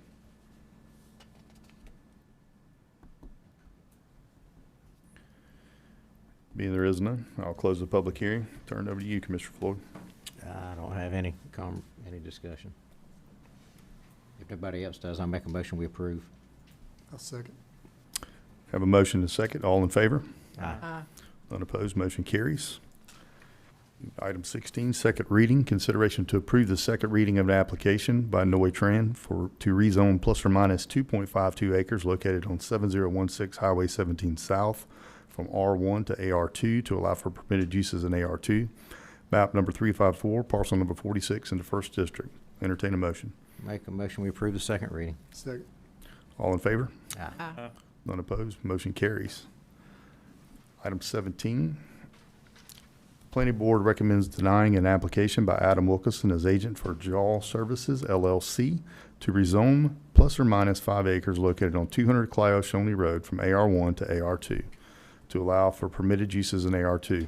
Map number 313, parcel number 3 in the 3rd District. Yes, Mr. Chairman, the applicant is proposing to rezone that 5 acres to AR2 to subdivide the parcel into 4 lots, as you can see here. These lots will be served by private wells and private septic systems. At the April 1st, 2025 Board of Commissioners meeting, this application was actually withdrawn. However, since that time, the application has been adjusted to 4 lots, and the applicant has stated that the 2023 state traffic counts for Clio Shawnee have an AADT of 250 vehicles, and the state Gears website does not show any accidents in the last 2 years at this intersection, as the traffic was one of the major concerns at that time. The parcel does fall within the agricultural area on the future land use map. And at the planning board meeting, the planning board did vote to deny this zoning request. They did express that they would be more willing to approve the zoning request if, or recommend approval if this were an application for AR3. Staff has reviewed the application, and it is complete with the following conditions: that should it be approved, Development Services must review and sign the plat. The plat must then be recorded for the zoning to take effect. And then any encroachments onto Old Dixie Highway South, Clio Shawnee Road, or Springfield Road must be approved by the county engineer. Very good, thank you. The applicant is here, please come forward. Afternoon, everybody. Yes, she did a great job. So one of the main reasons of concern last time was expressed that the traffic impact and the safety of the intersection. So I tried to address that with additional information I provided. That seems like a roadway of this level of service should have thousands of cars, average daily traffic a day, so we're well below that. And then actually with the addition of the 4-way stops, this is one of the lower speed areas of the road. So with the accident supporting, the lack of accident supporting that, I thought we also kind of addressed the safety issue. So we're trying to rezone it to the same zoning as multiple parcels in this area. Like we have one that touches us, one right across the street, and then across the road we have multiple. So I think it fits that, it fits the area, it fits the zoning requirement for compatible use, long-term development plan. It's not spot zoning, it won't be a domino effect. So in my opinion, it's a pretty slam dunk rezoning. So I know there is some pushback for this, which seems to be focused more on the lot count than the zoning compatibility. So I kind of expressed my opinion of how this is probably going to go this afternoon to my client. If the county agrees with my analysis that this should be rezoned, then I would greatly appreciate that vote. If not, the client did say that he would accept a special condition attached to this rezoning, that it only can be subdivided into whatever number is acceptable to the commissioners.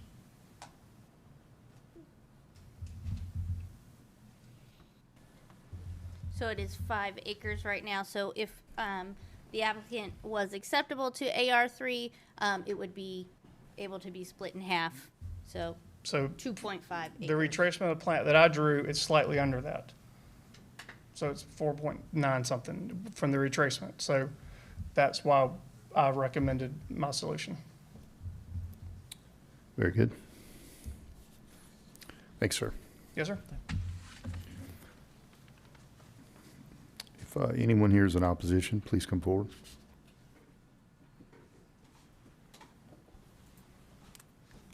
Good evening, I'm Walt Lawson. I live at 3911 Old Dixie Highway South, which will be just kind of southwest, I believe, of that, off the dirt road portion. And I brought a few things tonight, and I emailed Miss Stephanie some pictures that I believe she may have included. If not, I brought a copy of the pictures if you would like to see them. Few topics I would like to touch on is we do have a concern with the safety of the intersection. With bringing these houses, you will be more than doubling the traffic that enters that intersection alone, whether it be from the dirt portion of Old Dixie South which is within 100 yards of that intersection, or on the other side off of Cloud Shawnee, you have a sharp curve that's a partially blind curve.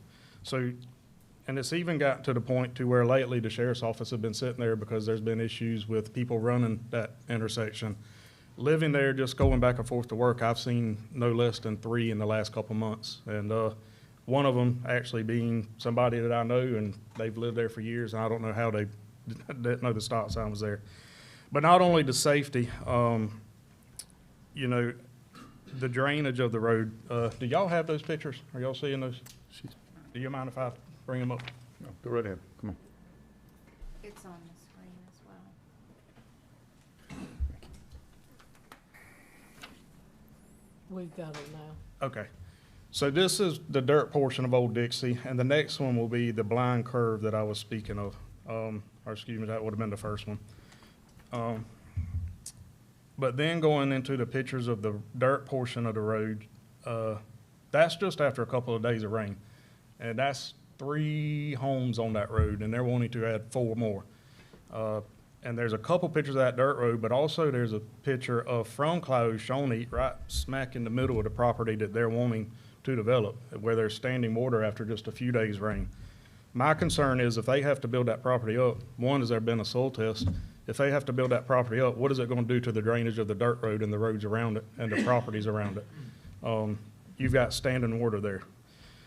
And then he brings up that, you know, there are some close 1-acre lots that are zoned AR2. There's 2, all right? And one of them's a budding lot, and it is a family that lives across the road or lived, and the grandmother passed and left her home to her granddaughter, who moved that home off of it. As a matter of fact, we asked if they'd be interested in selling the property so I'd have something to leave my boys one day, and they're keeping it for their family. So there's no intentions of subdividing that AR2. The only other AR2 1-acre lot that even close to that is my mother-in-law's that used to be a part of our property, our 8-acre tract. There's no intentions of her subdividing that. She built a small 800 square foot home on it a year and a half ago. And then he said that there's other similar tracts across the road. There's not. It's Dave Burns, and then it's Travis Morgan. The closest 1-acre lot you have from that is 0.6 miles away, and that's zoned AR1, and that is 4125 Old Dixie.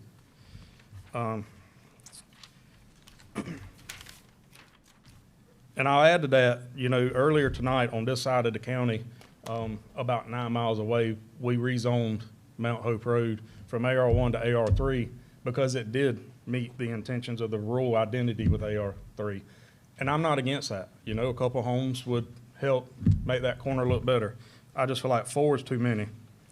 And I'll say that to say this. I was asked a while back when I opposed this, you know, I was asked, Walt, if something happened to you tomorrow and your wife and boys needed to subdivide this to AR2 in the tracts to be able to get by and make it in life, would you have a problem with it then? My response was, as a responsible man, husband, and father, my wife and child wouldn't, our boys wouldn't have to rezone because I have it set up to where they would be taken care of, and that wouldn't be my intentions ever for them to have to do that. And I leave in with this. With these new AR1, AR2, AR3, it says that AR2 is exclusively designed for family or estate subdivisions, ensuring that development remains consistent with the rural character. And 5.2.2 subdividing, a signed affidavit, if you do file for AR or get AR2, shall be required for the zoning district, certifying that the subdivision is intended for a family or estate subdivision. This is not the case here. They're not a family, they're not an estate, they're a business LLC out of Hinesville, Georgia. It's not somebody that's lived here for 10 years that wants to move their kid on the property. It's strictly for the fact to get in, get out, and make a buck. And AR3 discourages intensive land uses and supports a landscape-driven design approach to uphold the county's rural identity. And we've already proven tonight earlier that we did that on this end of the county. And that's where I think we should stay with this, is in this direction. And I end by saying, because he's not here tonight, I think he had some sickness in the family, but Commissioner DeLoach was against this the first time before it was withdrawn. And when asked what could be done for him to support it, he said the only way he would support it is with 2 lots, or if they could work some kind of magic where made 3 look good, but he couldn't see more than 2. So I would ask that, you know, we would consider that and consider Commissioner DeLoach's wishes, and thank y'all for your time. Thank you.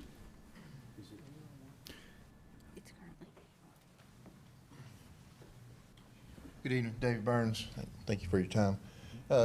So Walt touched on it a little bit, and I was in some of the workshops and discussions where the AR2 and AR3 was being discussed. And so if I could just ask a question, was this application prior to AR3? Or can you still do AR2 or AR3? So the initial application that was withdrawn was before AR3 was, and then this application that we're hearing tonight was applied for after AR3 was approved. Because I thought the intention of AR3, the discussions I heard, was because AR2 was just being broken up into smaller lots. Like this was kind of the thought process behind AR3. So is there no requirement requiring someone? I guess I'm just a little confused is how AR2 and AR3 fit together now. I'm confused too, because I see AR2 being used for development, and in fact it was. And I don't think that's good. I don't think that's what it was meant for. I don't think that was I think if we are gonna break up into one acre lots, I would feel more comfortable.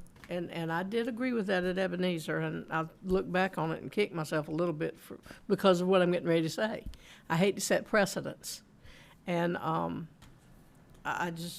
worry that AR2 is going to be used for this, when to me we should go with the R1, you know, with the one that's more it's going to be subdivided. Now, I did hear from the gentleman that he said that, you know, they might be looking at AR3, which, I mean, I think that's what it was designed to do.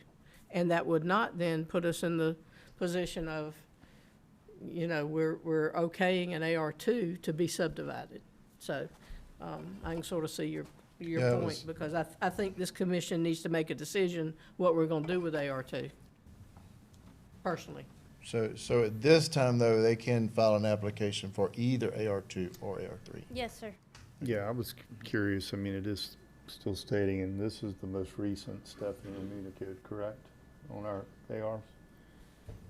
Or is family or estate subdivision, so how is this qualifying for that? So the intent of AR2 is that, you know, based out of what came out of steering committee and out of our meetings, is that yes, the commission wanted AR2 to be, you know, estate or family subdivisions. However, when we spoke about having that affidavit, which the ordinance that Mr. Lawson did speak, that was an older draft. That affidavit requirement was taken out of it. So the intent is that it is for estate or family subdivision, but there's nothing in there to specifically enforce that. It's not codified. Right, And I understand that, but the intent being the key word. Right, there. right. And is the intent of the gentleman that's here asking for this to do that, or is it to not? Or was that implied or expressed in any way? Yeah, So I remember. Oh, go ahead. Go ahead, I'm sorry. Go ahead. You know, as staff, we can let the applicant know that that is the intent of the ordinance, but it is their constitutional right to come before you with the zoning request, so. All right, well, thank you. Well, yes, I remember a great deal of discussion back and forth about AR2 and what to do with it, because there are so many properties, as the gentleman spoke, that are AR2. And the ones that are AR2 will fall under the rules in place now. I mean, there's can't deny that. But moving forward, I was just curious if they were still going to be able to, or if the discussion to try to prevent these continuing 1 acre side-by-side lots and maybe get something larger was going to be a restriction. So that was my concern too for this area. Thank you for your time. Thank you.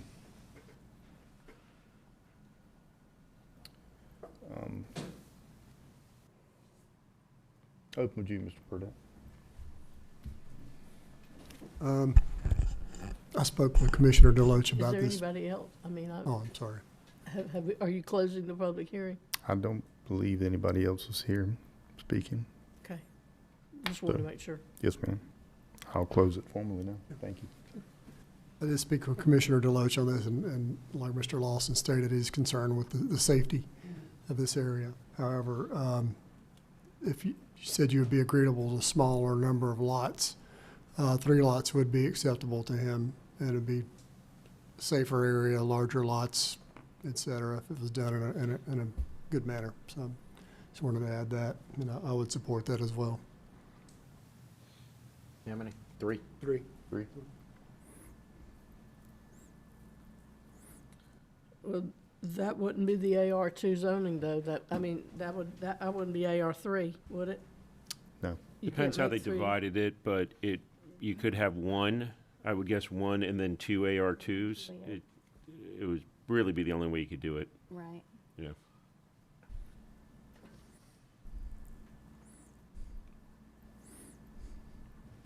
Didn't you say your client would be willing to go with 2?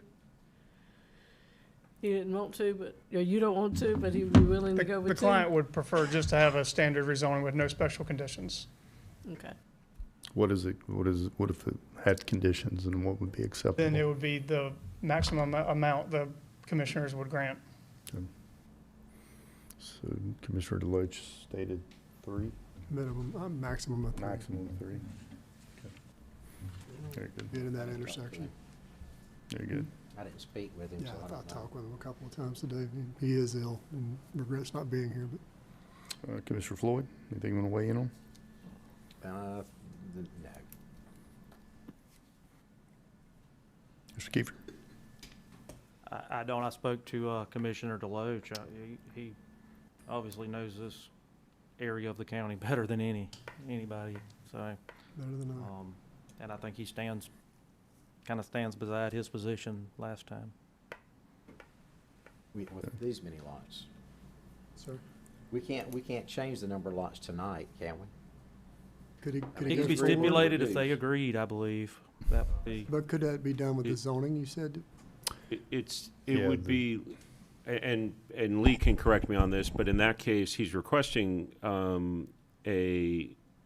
he's requesting zoning that is essentially more permissive than what you'd be allowing. So it would be essentially be 2 AR2s and 1 AR3 versus 4 AR2s. Is that right? His original application is 4? His Yeah. original application is. Yeah, so he's requesting 4 AR2s, and so I think, my understanding, based on discussions, that could be allowed, but I may be wrong. I'll defer to the attorney. Have you met with Commissioner Deloach? Have you had a conversation with Commissioner Deloach to see what it would take to get approval for you? No, sir, not outside of the input I got last time I was here, which I tried to address. My understanding, just from my experience, would be a special condition assigned to the rezoning would be binding. We couldn't break that. Like if you said 3 lots, this property can be rezoned special condition only into 3 lots. It can only be platted into 3 lots. Or the And then it zoning would be falls through and I AR2, can't do it at all. And then it would be zoned, all 3 would be zoned AR2. I'm just saying, instead of guessing, we could table this and let him get with Jamie, what he'd support in his district, and we come back with 3 lots, 2 lots, whatever. Well, he did say 3 Instead lots. of guessing. Yeah, I confirmed 3 lots is what he asked for. I'd like to see it on a map, or I'd like to see it sketched See how out it's split. personally. Wouldn't he have to come back with, Well, if you put that condition on it, he's gonna have to come back anyway. come back anyway? Yeah. Right, so if you want to put the condition on it that it's 3 lots, This is Jamie's then you district. can say by second reading, you have to provide us with whatever the division is. If you want to go that You can do route that. of 3 lots. I mean, that just helps these folks get further down the, Right. the option to Quicker if at they're gonna least do get to the next Sure, meeting. But and just for the second reading, have that subdivided out, if 3 lots is the way to go. And we couldn't do that today without having to come back? Changing it, material. You're Well, gonna you're gonna have have to come back anyway. You'd have to come back Second anyway. reading. Yeah, being there's a Because condition. it's 2 readings, If and there's, if we put a condition on it, then it has to come, Come then back it has to anyway. come back at the next meeting. Okay, so you can't do the second reading with the condition tonight? that's correct. Okay. That would give So permission. is the zoning, An updated plat of 3 lots. by the second reading. Yes, sir. So is the zoning gonna stay AR2?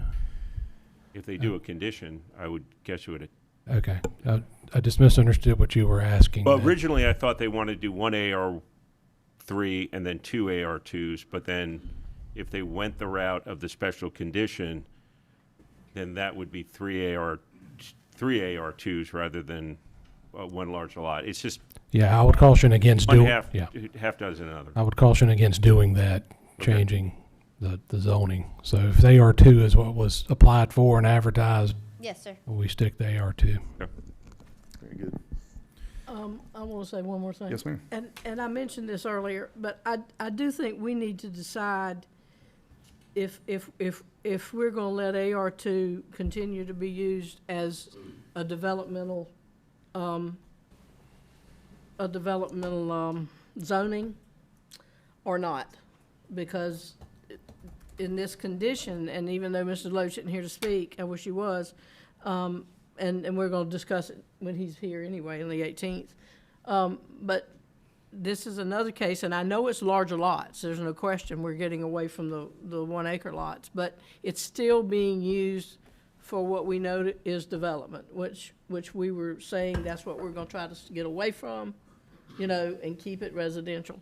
I mean, and make these type of developments be residential instead. And I think we need to decide if we're undermining what we said we weren't going to do. And I'll vote against it tonight just simply because of that. I think if we said we're going to do it that way, we need to keep it that way. And like I said, I'm kicking myself because I voted the other way. I wish the other time. But anyway, two wrongs don't make a right. But I think we need to decide what we're going to do with that. I look at Ebenezer a little different because we were trying to transition in an area, but I understand your position as well. I always do. hate to set precedents. I hate to set precedents because why do you do it here and you don't do it here? And I don't like that, but I'm going to stop at least with me. Yeah. I think we need to come to a way to make it work like we wanted these new AR zonings to work. And I don't think we're doing that. I think we'd have to do And I'm some not type far of. off from you, and quite honestly, I would probably only entertain possibly a complete table till Mr. Deloach is here too. That's what I was going to recommend is a that's just complete me. tabling of I don't think that's a bad idea. it, and we'd have to take a hard look at the areas we wanted to, and we'd have to do some type of overlay area for. But I would still recommend that the applicant come prepared. Yes. With different divisions of the property that do not exceed 3. Sir, is that something you can have by the 18th? And hopefully you could get in with Commissioner Deloach prior to that for some discussion. So we're tabling it again to bring it back and then have the first and second reading if everybody agrees. That's correct. But if there's a change, I got to come back again? Right. So either way, if we moved it through tonight, we still have to do the second reading on the 18th. If we get it right, then you're going to be in and out. But if he doesn't apply And if we with go with 3 the- lots, he won't, it'll start over. He'd have to reapply, would he have to reapply with 3 lots instead of 4? No. No? No, because you're just putting a condition on it. I see. It's a rezoning. The subdivision is somewhat. So he would be his own condition, basically. Right, because if you rezone it to AR2, he without any conditions on it, he can divide it up into as many as allowed by law, and it's an administrative function. But if you put the condition on it, then he's limited. Is there a difference between at least, the way I look at it is like we're getting at least one step closer with a special condition now. I'll come back with 3 lots and then at second reading. Is there any difference between doing that one way, way? half dozen the other. Okay. I mean, Well, honestly. if there's no difference, I would prefer to have the vote to at least show that we're going down the right path. Well, that's going to be for these guys to decide what they want to do ultimately. Yeah, I think we're entitled to one table and applicants entitled to one table, so if somebody wanted to table it, could table it tonight. I don't have a problem moving forward. It's the same thing either way. I do have one question, and then it's getting late, so I'll let y'all move on. But my question is, if AR3 for 5 acres or less was voted into place before this was reapplied for, where it could be a max of 2 lots, at what point are we gonna start putting it into effect? AR2 still exists, that's Yeah, the reason. It is in effect. Yeah. And as far as AR2 goes, I didn't know that was the absolute intent of that. I thought that we would remove that because we don't want to make it so restrictive that I have to give it to my kid. I don't completely look at it that way myself, but that doesn't mean I support this being AR2 either. Right, You know, exactly. All right. But in general, you know. All right, I'm going to move this forward. I'll entertain a motion on this. I make a motion to table this into the next meeting in November. I'll second. We have a motion and a second. All in favor? Aye. Motion carries. All right, moving into item number 19. Consideration to approve an application by Joseph Zettler for conditional use located at 894 Little McCall Road to allow for a rural business in AR1, map number 345, parcel number 38 in the 3rd District. Thank you. Kimberly Barlett, Senior Planner. Okay, so the parcel totals 16.50 acres. It's located at 894 Little McCall Road, just south of 119, across from the newly approved solar farm. Currently, there's a site-built home on the property, and the parcel is a non-conforming AR1. The applicant has requested a conditional use for a rural business involving mulching operations, wood repurposing, and storage of equipment and materials on site.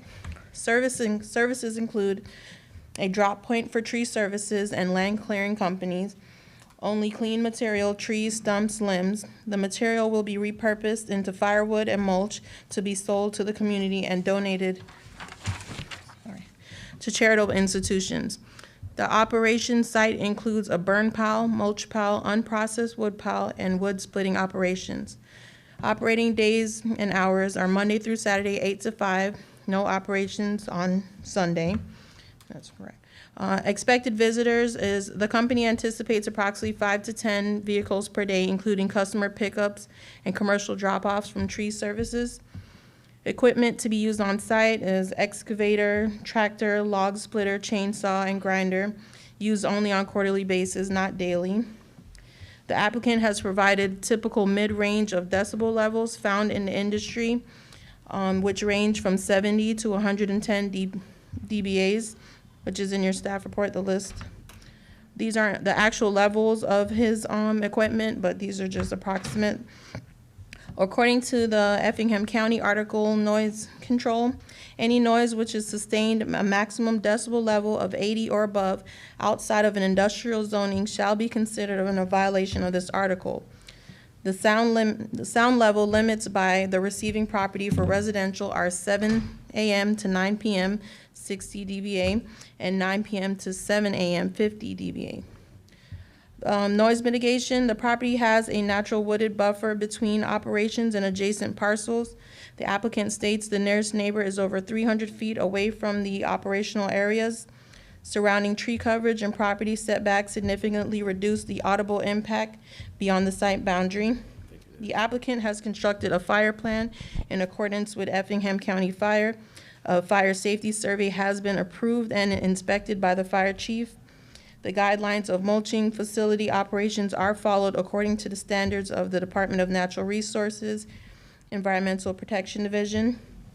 This parcel falls within the agricultural residential area on the future land use map.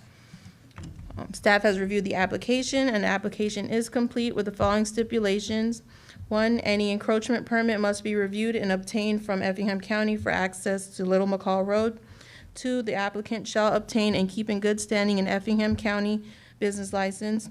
3, the hours of operation shall be limited to Monday through Saturday, 8 a.m. to 5 p.m., and no operations on Sundays. 4, shall not violate Article 2 noise control ordinance. 5, shall comply with Article 2 collection and disposal. And 6, shall comply with all state regulations from the Environmental Protection Division. Thank you. If the applicant is present, please come forward.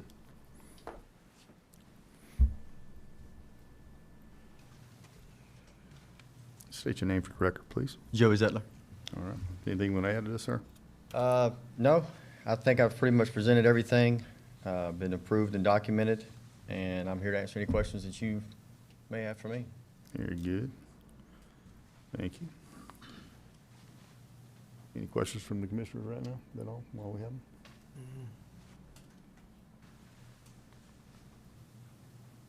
All right, doesn't sound like it. Is anyone here in opposition? Please come forward.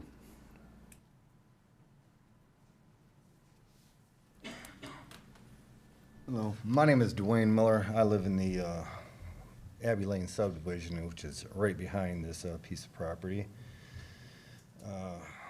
This business that they've been running for a while, they have large piles of brush that they bring in from other areas and light on fire. These fires will last 2, 3, 4 days. The smoke will come from their property, come through the woods. There is a buffer, there is a pretty good buffer there, but it does come into our neighborhood. And we get smoke that will, just like a cloud, that will come through our neighborhood, and the soot will rain, snow, basically all over our houses. So there is large piles of brush being burned up when they do this, and the fires burn for 2, 3, 4 days at a time.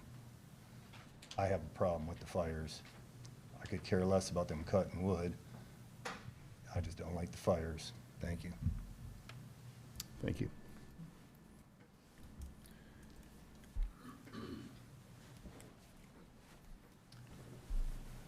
Thank you for your time. My name's Larry Cox. I'm going to echo what Mr. Miller said. I also live in Abbey Lane. It's one of those subdivisions like you talked about. I have an acre lot. It's really nice for my kids to go out and play. It's hard to do when it's full of smoke. Like he said, it's like a smoke screen. The last pile they burnt, October the 20th, burned for like 4 days. I'd get up in the morning, smoke in the yard, wash the ashes off my truck. My kid won't even go outside and play soccer. Too much smoke, you know. Not concerned about this cutting and the noise. You know, it's just the burn situation. They bring in these large loads of debris, big, large oak trees, big pine trees, and they just burn forever, you know.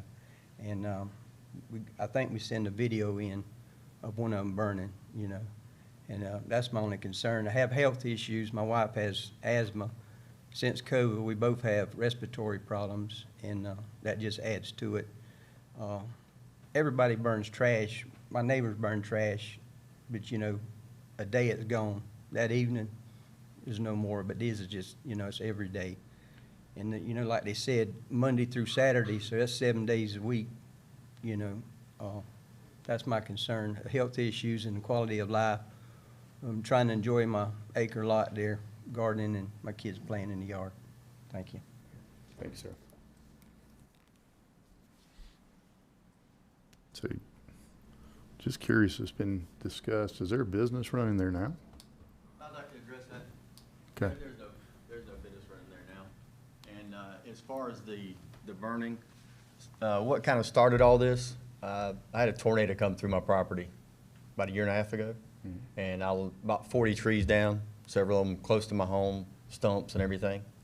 And the trash that I've been burning, the majority of that has been the trash from that tornado, and then Hurricane Helene came through. How this business idea actually came about is I don't care for the burning either. So if that's the only complaint they have, the burning pit was something that we put in there because the state regulations allow somewhat burning for maintenance on the mulching business. But I don't want to do the burning, to be honest with you, because it is a mess and it's nasty. But I would like to say that if the gentleman over there had any issues with my burning, they should have came and let me know, because I've been burning from the tornadoes and the hurricane for the last 2 years. And it's not every day, but all they had to do was say something, and there wouldn't have been an issue. Are you going to be like I don't want to say a dump site, but for land clearing, or people going to be bringing, where are you going to get your material? So yeah, so that's the idea, is to cater to mostly tree service guys and some land clearing.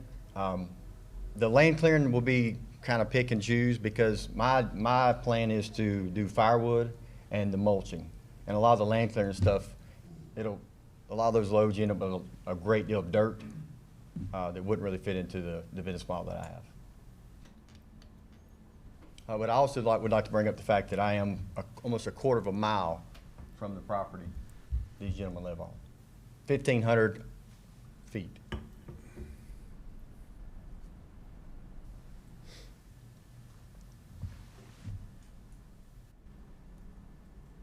How are you gonna mulch the trees? Uh, What's the process of mulching that you so- will use? Did you upload the paperwork from the state, how it works? So they can understand the mulching? Did you scan that in? I'm not sure that that's seen any. in their packet. Okay. I have copies of it if you'd like to see it, but basically the way the state regulates the mulching is you have 90 days from the time that the load's dropped to process the material into some other thing that can be used. So every quarter, I'll bring in a grinder or a chipper, and we'll take the stumps and the material that's on the ground, and we'll turn it into mulch. One of those big grinder tubs, is that what you're talking Yes, sir. about? Yes. And that's what she was talking about with the noise. It'll only be quarterly, because like I said, every 90 days, I'm required to have the materials processed. Majority of the material is going to be stacked up and used for firewood. Should we The big splitting- stuff. Splitting logs too? Yes, sir. So the only thing that we'll be grinding will be mostly like the brush and the smaller stuff that can't be used, the stumps that can't be used for firewood.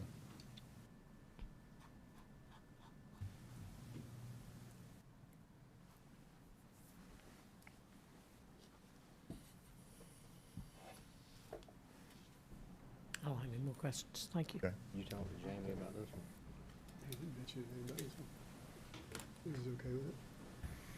I don't remember. Was this in his email? Did Mr. Deloach have anything about this? I He don't, didn't mention this one. Not to me. Then I'll vote to table it. same. Okay. Yeah, I would have a problem with the I don't want- burning. Yeah. Any other thing, I don't have a problem, just the burning part of it. I have a lot of, Well, I get a just- lot of complaints. I in always different have neighborhoods. issues with residential businesses. Okay. I'd like to hear his opinion. No, I agree, And Commissioner Deloach, what was unexpected, his whole family has the flu all of a sudden. That's why he's not here. Everybody out, wiped out with it. I'd like to address that as well. We keep calling it a business. So if you look at the state guidelines, the mulching process that I'm asking to do falls under agricultural. As of 2020, it is considered agricultural, not a business. Are you selling the mulch? Yes. It's business. It was business. Okay. The Because I'm process selling is it on site? agricultural. Selling So the is that wood? because I'm selling it on site? You're selling the wood? So you're telling me selling that the mulch. everyone that has a firewood stand on the side of the road has a business license and come here and done this? Technically should. I'm not gonna argue with you on that. okay. Yeah, I would suggest just allowing us to table it for now. I think And, it's best. it will, Commissioner Deloach's district. Yeah, it's his, and I'd feel more comfortable with him doing, being here to make a decision. Okay. And you can present all your, pieces from there and kind of go from there. All right, appreciate it. Yes, Thank sir. Mm-hmm. So with that, I'll entertain a motion. I'll make a motion to table this till the Second. 18th. All right, I have a motion and a second to table till the 18th. All in favor? Unopposed, motion carries. And that will be sometime during the 5 o'clock meeting, so it may be before 6. Yeah, it'll move into unfinished business, so it'll be the 5 o'clock area. Thought we were gonna try to move that to 6. Well, we got to, but we haven't yet. We haven't made that policy change yet, Yeah. so Let's do it now. I think we got enough to going on right now, buddy. All right, moving into item number 21, consideration to approve an application by Joyce Sowers for conditional use located at 364 Old Augusta Road South to allow for an agritourism business in AR1, map number 461, parcel number 65 in the 5th District. Thank you. Kimberly Barlett, Senior Planner. This parcel is 7.2 acres located at 364 Old Augusta Road South. The applicant is the Ebenezer Rose and Garden Nursery LLC. They have requested an approval for the agritourism business license for an existing plant nursery operation. This business has been established in approximately 15 years at the current location under the leadership of Mr. Russell Sowers, who remains the primary driving force behind its continued success. In previous years, the business operated under a home occupation license, which was renewed annually. Upon review, it has been determined that the business operations are more appropriately classified under an agritourism license, as customers regularly visit the property. As a plant nursery, Ebenezer Rose and Garden Nursery enhances the local landscape by providing greenery and colorful plantings that contribute to the rural aesthetic. The majority of its customers are local residents, although some visitors travel from several hours away to purchase from the nursery extensive, unique collection of rose bushes. The property contains 3 greenhouses, all situated well back from Old Augusta Road, the nearest structure is approximately 250 feet from the roadway. The office and pump house are located centrally within the property, while the pole barn and garage located on the southern side of the property complement the rural character of the county. The hours are Monday through Saturday, 9 to 5, closed on Sunday. Noise is limited to light equipment such as a small tractor, typically operated around 9 a.m. Staffing includes 2 to 3 employees. For growth plans, there's no significant expansion is planned beyond the current operational footprint. Visitor volume, the visitor numbers fluctuate seasonally, with the spring months being the busiest. On peak spring Saturdays, the nursery may host up to 50 visitors. Conversely, during winter weekdays, visitation can be minimal or non-existent. The primary access and exit point is via the main driveway on Old Augusta Road. However, a secondary lane crosses the property and connects to Rankin-Stillwell Road, providing an alternate egress route. The parcel falls within the agricultural residential area on the future land use map. Staff has reviewed the application, and the application is complete with the following stipulations: that the applicant shall obtain and keep in good standing a business license. Okay, good, thank you. Ms. Sowers, do you have anything you'd like to add at all?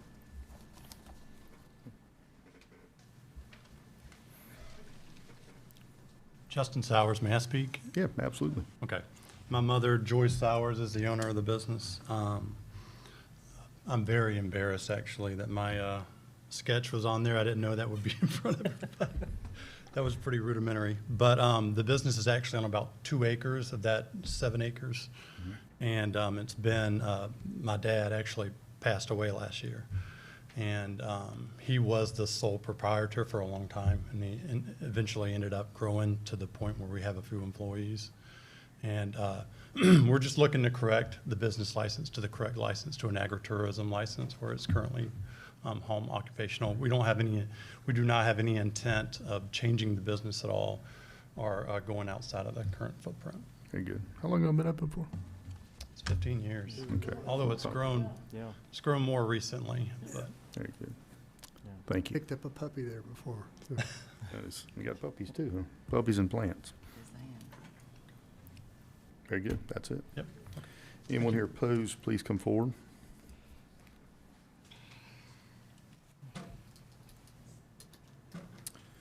Being there are none, I'll close the public hearing. This seems pretty simple. Yeah. I'll entertain a motion. No, it's a great business to have. They're very convenient for me. With that, I'll make a motion to approve with the inclusion of staff's determination. Second. We have a motion and a second. All in favor? Aye. Unopposed, motion carries. Item 22, consideration to approve the second reading of an application by Joyce Sowers for conditional use located at 364 Old Augusta Road South to allow for an agritourism business in AR1, map number 461, parcel number 65 in the 5th District. Make a motion to approve second reading. Second. Motion and second. All in favor? Aye. Unopposed, motion carries. Item 23, consideration to approve an application by Maria Soledad Ramirez Acosta for a variance from section 3.21.1 to allow for occupation of an RV camper in AR1 located at 309 Atlantic Avenue, map number 296A, parcel number 76 in the 1st District. Thank you. Kimberly Barlett, Senior Planner. This parcel totals 1.58 acres located at 309 Atlantic Ave, just east of Central Avenue. The applicant has requested to occupy a camper or RV during the construction of their home. The applicant anticipates the construction to be completed in about 6 months. The residential building permit has been submitted on June 16th, 2025. The parcel falls within the agricultural residential area on the future land use map. Staff has reviewed the application, and the application is complete with the following stipulations. 1, the RV/camper may be occupied up to 12 months during the home construction. Should an extension be needed, the applicant shall come before the Board of Commissioners for approval. And 2, upon issuance of the certificate of occupancy for the house construction, the camper shall be vacated and disconnected from well and septic. Very good, thank you. If the applicant is here and has anything to add, please come forward.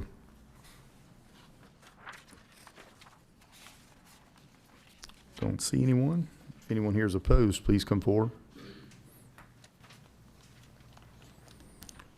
See none either. I'll now close the public hearing. Entertain a motion. We've done this numerous times. Have they already applied for, they said they thought 6 months. Have they already started the process? Any idea? They have applied, but they haven't they haven't started any inspections or anything. Okay. Well, like I said, we've done this for others. Make a motion, we approve. Second. A motion is second. All in favor? Aye.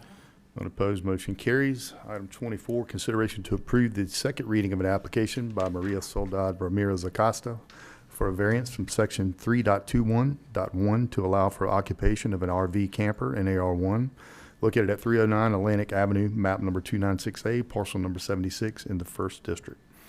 Make a motion, we approve the second reading. Second. We have a motion and a second. All in favor? Aye. Opposed, motion carries. I'm going to take a quick break. Please. I need a buy a break. Yeah. Let's try to reconvene here by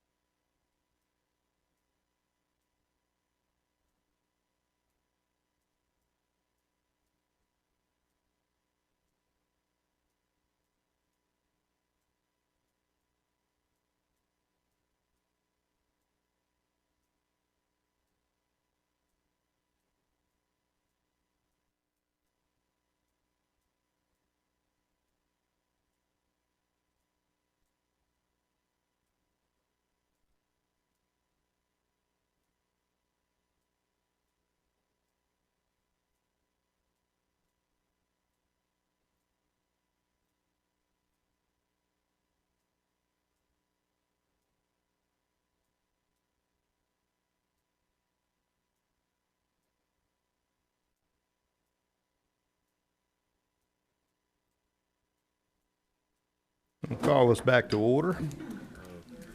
I'll do it real slow, Miss Beth. Lost one.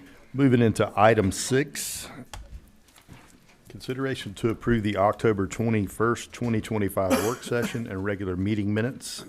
If no discussion, I'll entertain a motion. Make a motion to approve? Second. Have a motion and second. All in favor? Aye. Unopposed, motion carries. Item number 7, public comments shall pertain to agenda items only. Should you wish to make remarks, clearly state your full name into the microphone before commencing to speak. Correspondence, the agenda packet for this meeting is posted on the county's website. Any additional documentation presented at the meeting shall be submitted to the clerk for receipt, recording, and distribution to the board. Now moving to our consent agenda. This section shall include all routine items for which there will be no discussion. Should a need arise for debate, the item can be moved to the appropriate area of the agenda. And we don't have anything. That's a first for me. So you was trying to trick me, huh, and just put it in there. I see what you did there. Okay. Moving into unfinished business. Consideration to approve the second reading of an amendment to the Effingham County Code of Ordinances, Part 2, Chapter 30, Environment, Article 10, Tree Protection and Preservation. First reading approved 10/21/2025. Do we need to review all that again? I will entertain a motion. I'll make a motion, we approve the second reading. Second. A motion and second. All in favor? Aye. Unopposed, motion carries. Item 2, consideration to approve the second reading to amend Article 3, Section 3.4, buffers to the Effingham County Code of Ordinances. First reading approved October 21st, 2025. Entertain a motion. Make a motion, we approve. Second. A motion and second. All in favor? Aye. Unopposed, motion carries. Moving into new business item number 2. Consideration to approve a revised change order number 1 to the T-Splosh 2025 Maintenance Resurfacing Project, District 3, awarded to Reeves Construction Company for the addition of Green Morgan School Road resurfacing and Pitts Road remaining in the original scope as approved at the September 16th, 2025 board meeting. Yeah, Jonathan Holm, County Engineer. The board actually already approved this change order, and this is just for clarification. I would recommend it that this stayed on, or went on consent agenda since it's already been approved, but this is just a formality of what was discussed already to include Green School Morgan Road, and then also to keep Pitts in there since we were able to find the money to do both. Okay, so we're just revising the scope is what we're doing? We're not revising the scope. The scope was stating the scope clearly. We've stated. just re-uploaded this change order. Mhm. It's a cleaner version. Okay. No change in the decision that was already made at the last All Board right. of Commissioners meeting. No changes at all? Correct. Okay, so do we need any action on this?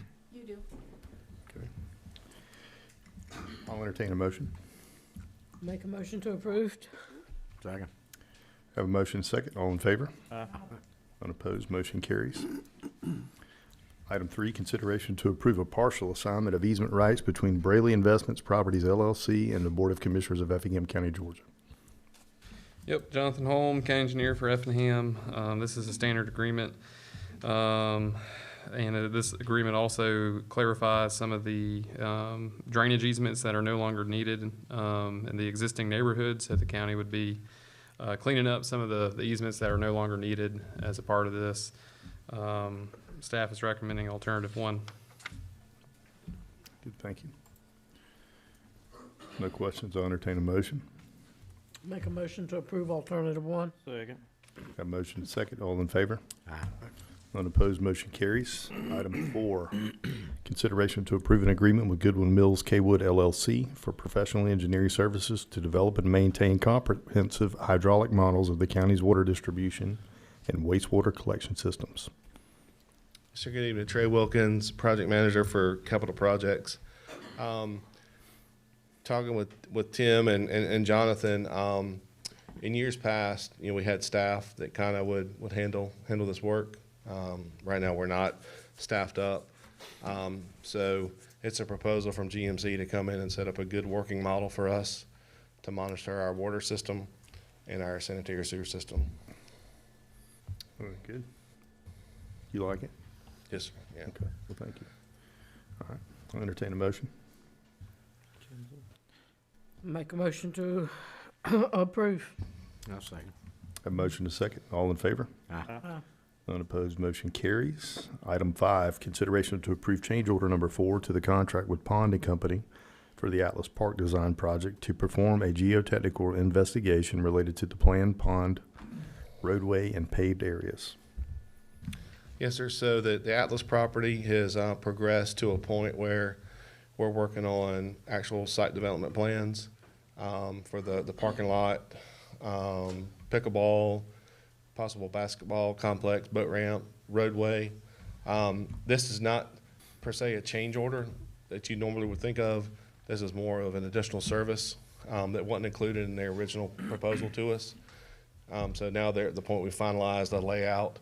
So we need a geotechnical engineer to explore the roadway, the route, and there's a couple of wetland crossings.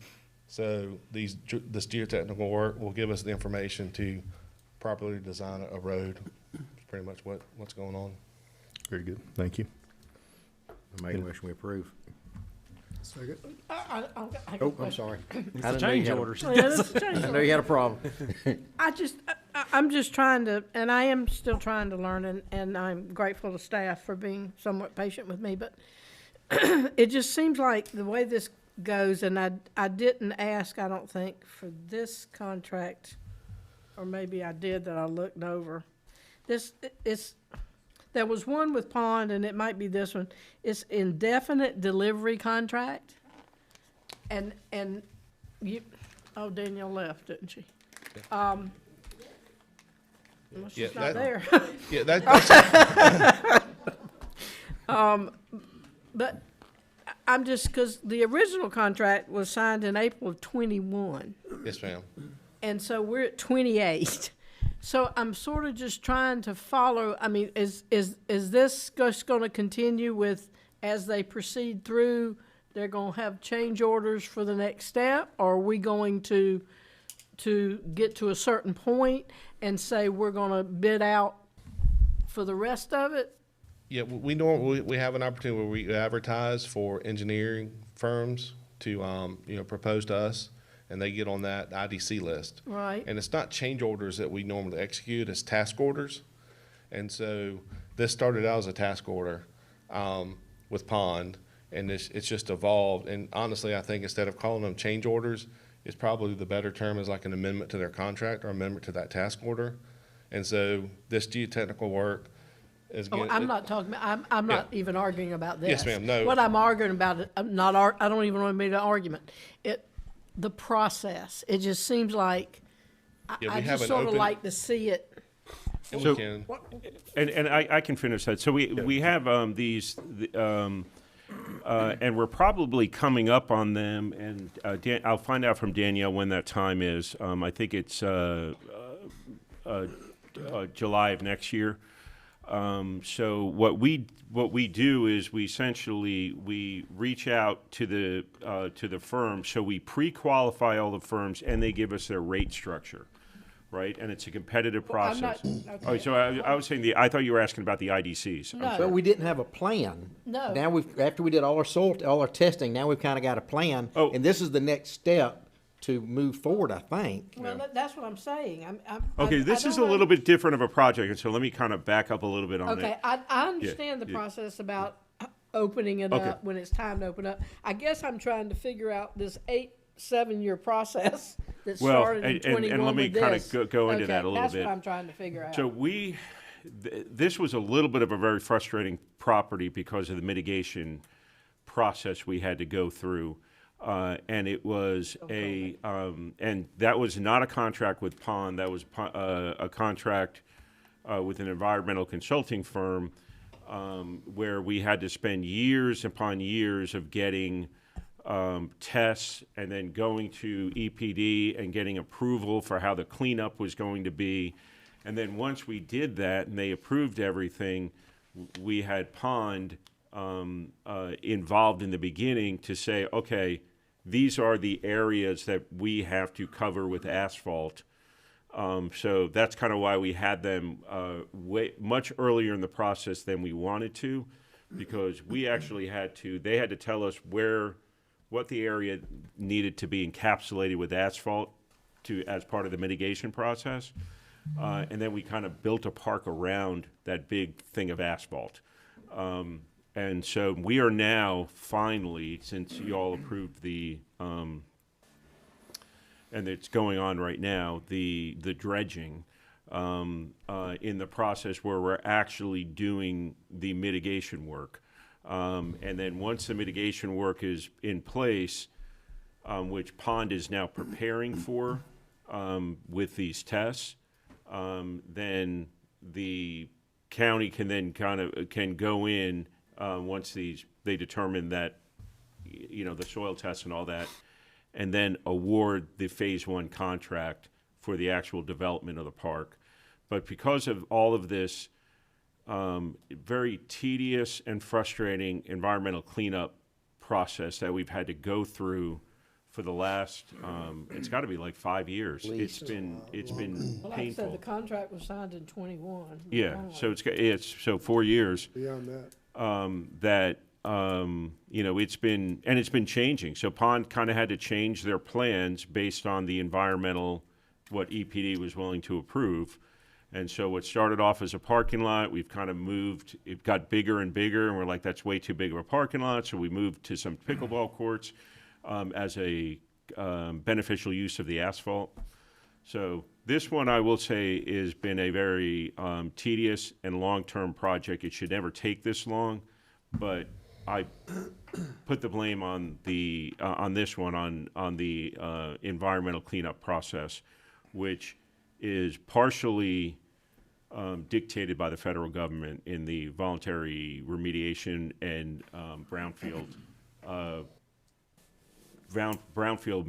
mitigation plans, which we had to submit to them for approval.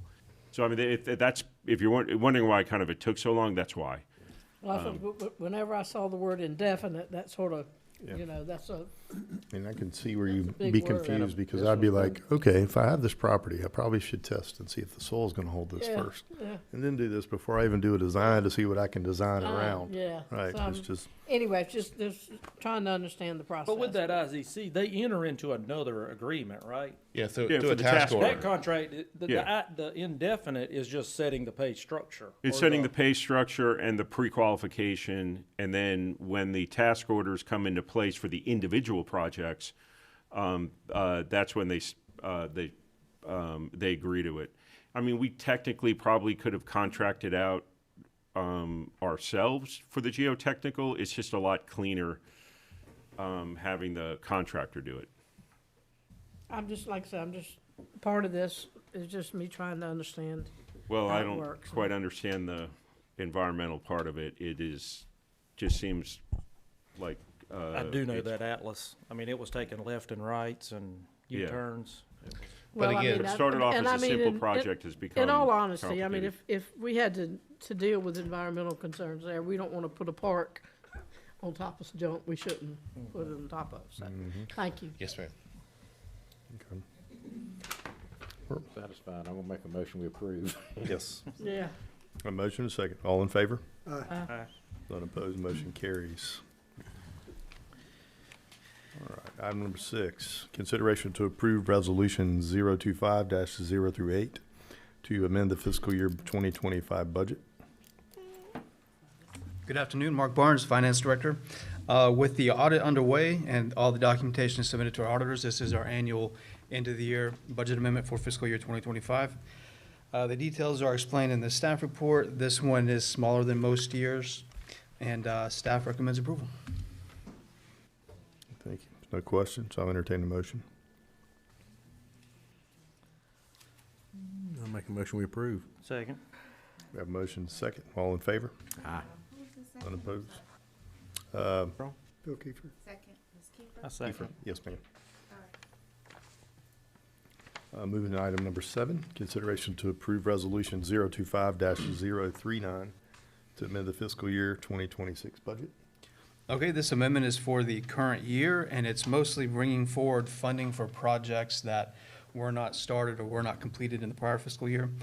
Just a handful of items here. We have furniture and fixture that's being carried forward, a wood chipper, some equipment for public works that's being carried forward. And the final work, finalizing the admin building, the remodel over there, that's in here. Low ground road engineering work, some grant funds are being allocated in this one, and the indoor and outdoor signage for multiple government buildings. Staff recommends alternative 1, approval of the amendment. Thank you, Mark. I'll entertain a motion. Make a motion to approve the amendment. Second. Okay. Have a motion and a second. All in favor? Aye. None opposed, motion carries. Thanks. Thank you, Mark. Item number 8, consideration to approve the first reading to amend Part 2, Official Code Chapter 10, Animals of the Effingham County Code of Ordinances. Thank you. Kimberly Bartlett, Senior Planner. At the May 21st, 2025 meeting, the Board of Commissioners approved the revision to the Animals Ordinance. After implementing the new ordinance, we found that certain revisions were necessary to accommodate the public, which was adding AR3 zoning to anywhere that AR1 and AR2 is. That's it. That was it. Yes. I'll entertain a motion. Make a motion, make a motion to accept. Second. Dated ordinance. Have a motion and a second. All in favor? Aye. None opposed, motion carries. We have tabled item 9, so moving to item 10. Consideration to approve the contract award to Musco Sports Lighting LLC for the installation of sports light field lighting at Pinora Park and Clio Park. Yes, Tim Callahan for Danielle. The lighting contracts for the parks are just kind of like the playground contracts are separate. It's more beneficial for the county to go directly to the vendor. We have one vendor that we work with regards to the lighting, and that's Musco Sports. And so just to kind of break this down, Clio is a single baseball field. It does have concrete and aluminum poles existing there. So that is why the Clio is a 10-year warranty, because they're not providing the poles for us. Pinora, we are basically eliminating, not all fields are lit at Pinora anyway, but whatever few are still surviving, they will be demolished and replaced with all new equipment. And so that is 5 fields that will get lighting at Pinora. We combine that with the rehabilitation of all the fields and the fencing and the dugouts and the batting cages and everything like that. It'll be a very beautiful, even mini tournament facility for us out there. So anyway, the total cost is for the 2 parks is $1,153,500, and staff is recommending alternative 1. Blows my mind. We've been doing this for years. Oh, I mean, know. The No, first it's time just I read one with these, I was like, what? Big price tag. It's expensive. It's like those stretchers. They ain't getting any cheaper. Yeah. Yeah. $300,000 stretchers. Well, I know Pinora Meat needs it, so I'm sure Clio does as well. I'll make a motion we approve alternative 1. Second. Have a motion and a second. All in favor? Aye. None opposed, motion carries. Item 11, consideration to approve task order 5 under the county professional services contract with Thomas & Hutton for Diamond Concrete Roadway Extension Project. Hey, Jonathan Holm, county engineer. So this is a design contract with Thompson Hutton. It is to do the design work to get Diamond Concrete to Effingham Parkway. It's like an little extension road that ties on to a road that the developer is already going to be building as part of a warehouse. This is a part of an agreement that the county has entered into with a developer, and so the county, as part of that agreement, is to design that small portion of the road to get ultimately diamond concrete and the trucks. I should clarify the trucks off of Hodgeville Road. So staff is recommending alternative 1, and I do want to give a shout out to Michael Roach with Thompson Hutton. He has endured this long night with us as well. So Good. Thank you. it's coming out of the 15 hours we have. I'm just kidding. Yeah, we'll say this is about 70 trucks a day. It's going to get off Hodgeville, last count. I Yeah, think. and they're That's the huge. large concrete pipe and the concrete. And the concrete, mixer not trucks. to mention So, that. It's going to be massive as far as the people around there getting the trucks off the road. So, well done. Thank you. With that, I'll, if it's okay, make a motion to approve. Sure. Second. I have a motion and a second. All in favor? Aye. None opposed, motion carries. All right, guys, come on. Here's some ayes. All right, number 12. Consideration to approve the first reading to amend Appendix C zoning ordinance, Article 3, 3.3, accessory structures in residential districts of the Effingham County Code of Ordinances. Thank you. Kimberly Barlett, Senior Planner. At May 6, 2025, Board of Commissioners approved the revision to the accessory structure ordinance. We added AR3 zonings to every area that had AR1 and AR2, and also the line for accessory structures used in agricultural purposes is exempt from height restrictions in AR1 has also been added. Thank you. No questions, I'll entertain a motion. Make a motion, motion to approve. Second. I have a motion and second. All in favor? Aye. None opposed, motion carries. Item 13, consideration to approve and amend to the consideration to approve an amendment to the Part 2, Section Appendix C zoning ordinances, Article 3, 3.46, accessory dwelling unit to the Effingham County Code of Ordinances. Kimberly Barlett, Senior Planner. June 17th, the accessory dwelling unit ordinance was approved. We are adding the lines that the size of the ADU shall not exceed 75% of the gross floor area to the AR zonings, as it's already currently in the R districts. We want to add it to the AR zoning districts. The ADUs shall adhere to building setbacks for the specific zoning. The setbacks weren't in there before. The maximum height to the ridge line of the roof in AR districts is 35 feet, has been added, and the maximum height to the ridge line of the roof in our districts is 25 feet, has been added. Very good, thank you, Kim. No questions, I'll entertain a motion. Make a motion to approve the amendment. Second. I have a motion and second. All in favor? Aye. None opposed, motion carries. Moving into reports from commissioners and staff. We'll start with you, Tim. Yeah, so I do have need for executive session to go over 3 items with you. We only have one tonight, sir. Sorry. What'd you say? We can One only have tonight? one tonight, Yeah. sorry. Okay. But other than that, because of the hour, I'll defer any report. Very good. Start with you, Commissioner Floyd. I do not have anything tonight. Nothing for me. All right. Like I said, my only is just thanks to the staff who put up with me with all my questions, usually at the last minute too. So I'll try to do better. Thank you. Mr. I Keith? just want to thank staff for putting up with her too. That's exactly, I was about to say the exact same thing, so I appreciate you guys Situation. tolerating back. I can always count on you from our text messages before our meetings. So I appreciate our talks before our I'll go talks. toward a meeting. I'm gonna try to, my mother told me that if it wasn't for the last minute, I wouldn't get anything done, so unfortunately, that's still the case. We still get it done. With that, I will entertain a motion to go into executive session.